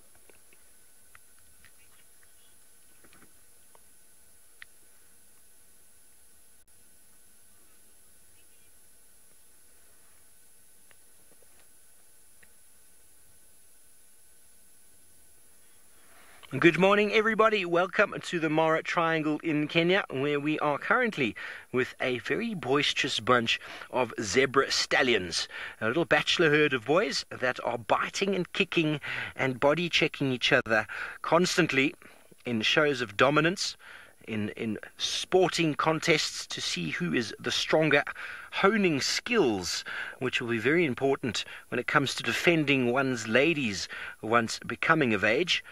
But being a group of young males, They do spend time together, and, well, they need to hone their skills somehow. You can't step into the ring with a big dominant male without at least having a few sparring sessions. And, well, there we go. A little bit of boisterous happening here. They bite viciously with their teeth, and they're able to kick. Connie, you want to know if the males after these battles will end up with a harem? Well, essentially, they need to be able to prove themselves, and when they move into an area, see, they all got their ears up and are kind of looking forward. There's a few groups of zebra off to the left that have potentially got some youngsters and some females in them. A stallion will have a number of sort of mares in his harem, and he'll also have some young females that are his. And basically, one of these males might approach him and give him a little bit of a runaround and prove to him that he's a big enough and strong enough stallion to be able to look after his daughter. He doesn't give her away easily. He only gives her away to a stallion who can prove his worth. So by going through all these antics, they're basically testing themselves. They're working on the strength and ability of themselves to compete, and obviously then also to be able to accumulate a number of stallion or fillies or females from dominant males. Obviously, the dominant males don't want to keep their young daughters in their harem because they're not going to breed with them, but they want them to go off to a strong sort of male, very similar to sort of human society. I suppose many dads out there wouldn't mind wrestling the son-in-law to be to prove whether he is capable of looking after his daughter.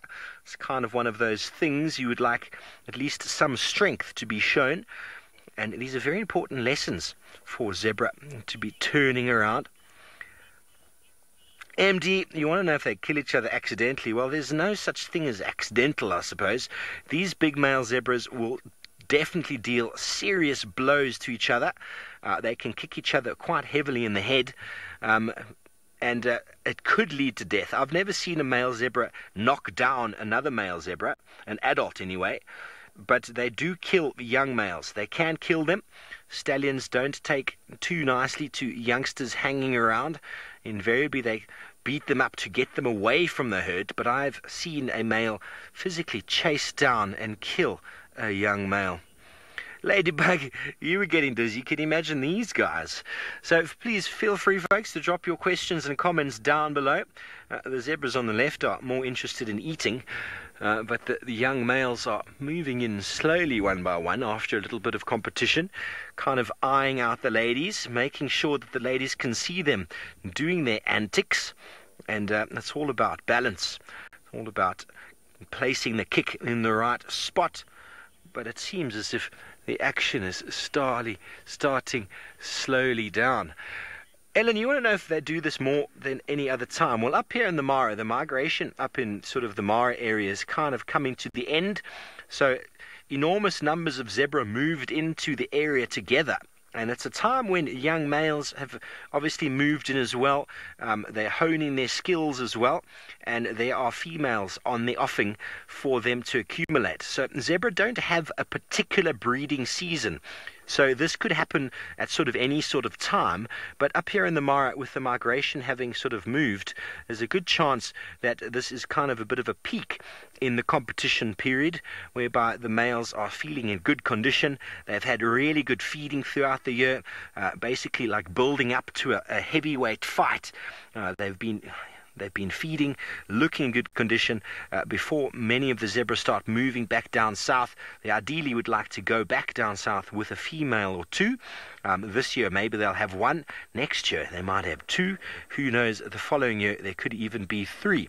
So it's kind of like a cyclical thing that happens with zebra, but it can happen sort of at any time of year. But it's lovely to see such large bachelor groups up here in the Mara, but it seems as if the real big antics of the herd seems to have settled down. They've been boisterous for some time. So thank you for joining us. My name is Steve Falconbridge, and I've been joined on camera by James. And if you'd like to continue watching, we're still live. So Google SafariLive, jump on board. We're still live for another half an hour or so. We'd love to see you then. But thank you, and we'll see you next time. Goodbye.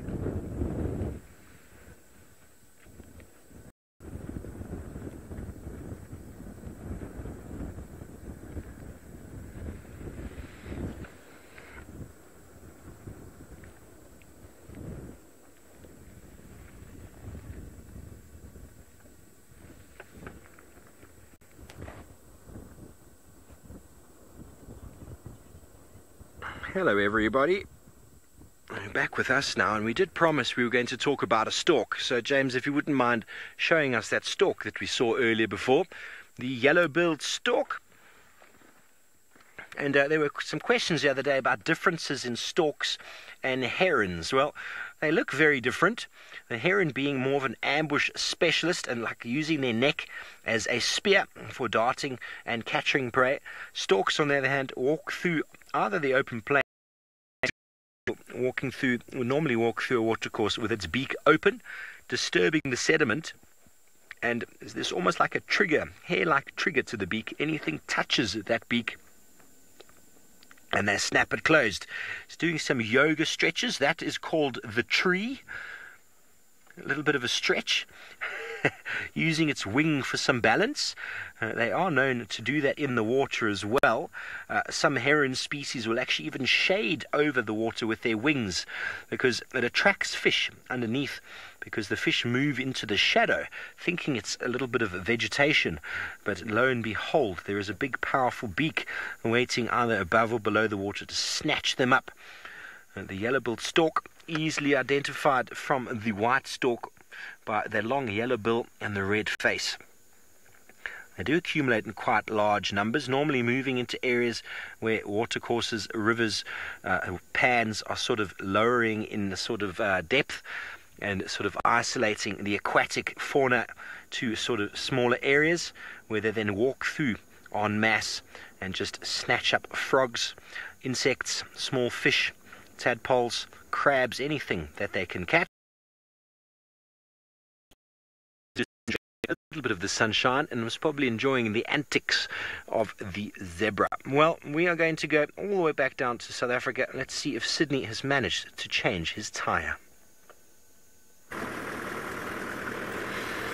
Well, that is exciting, eh? With the zebra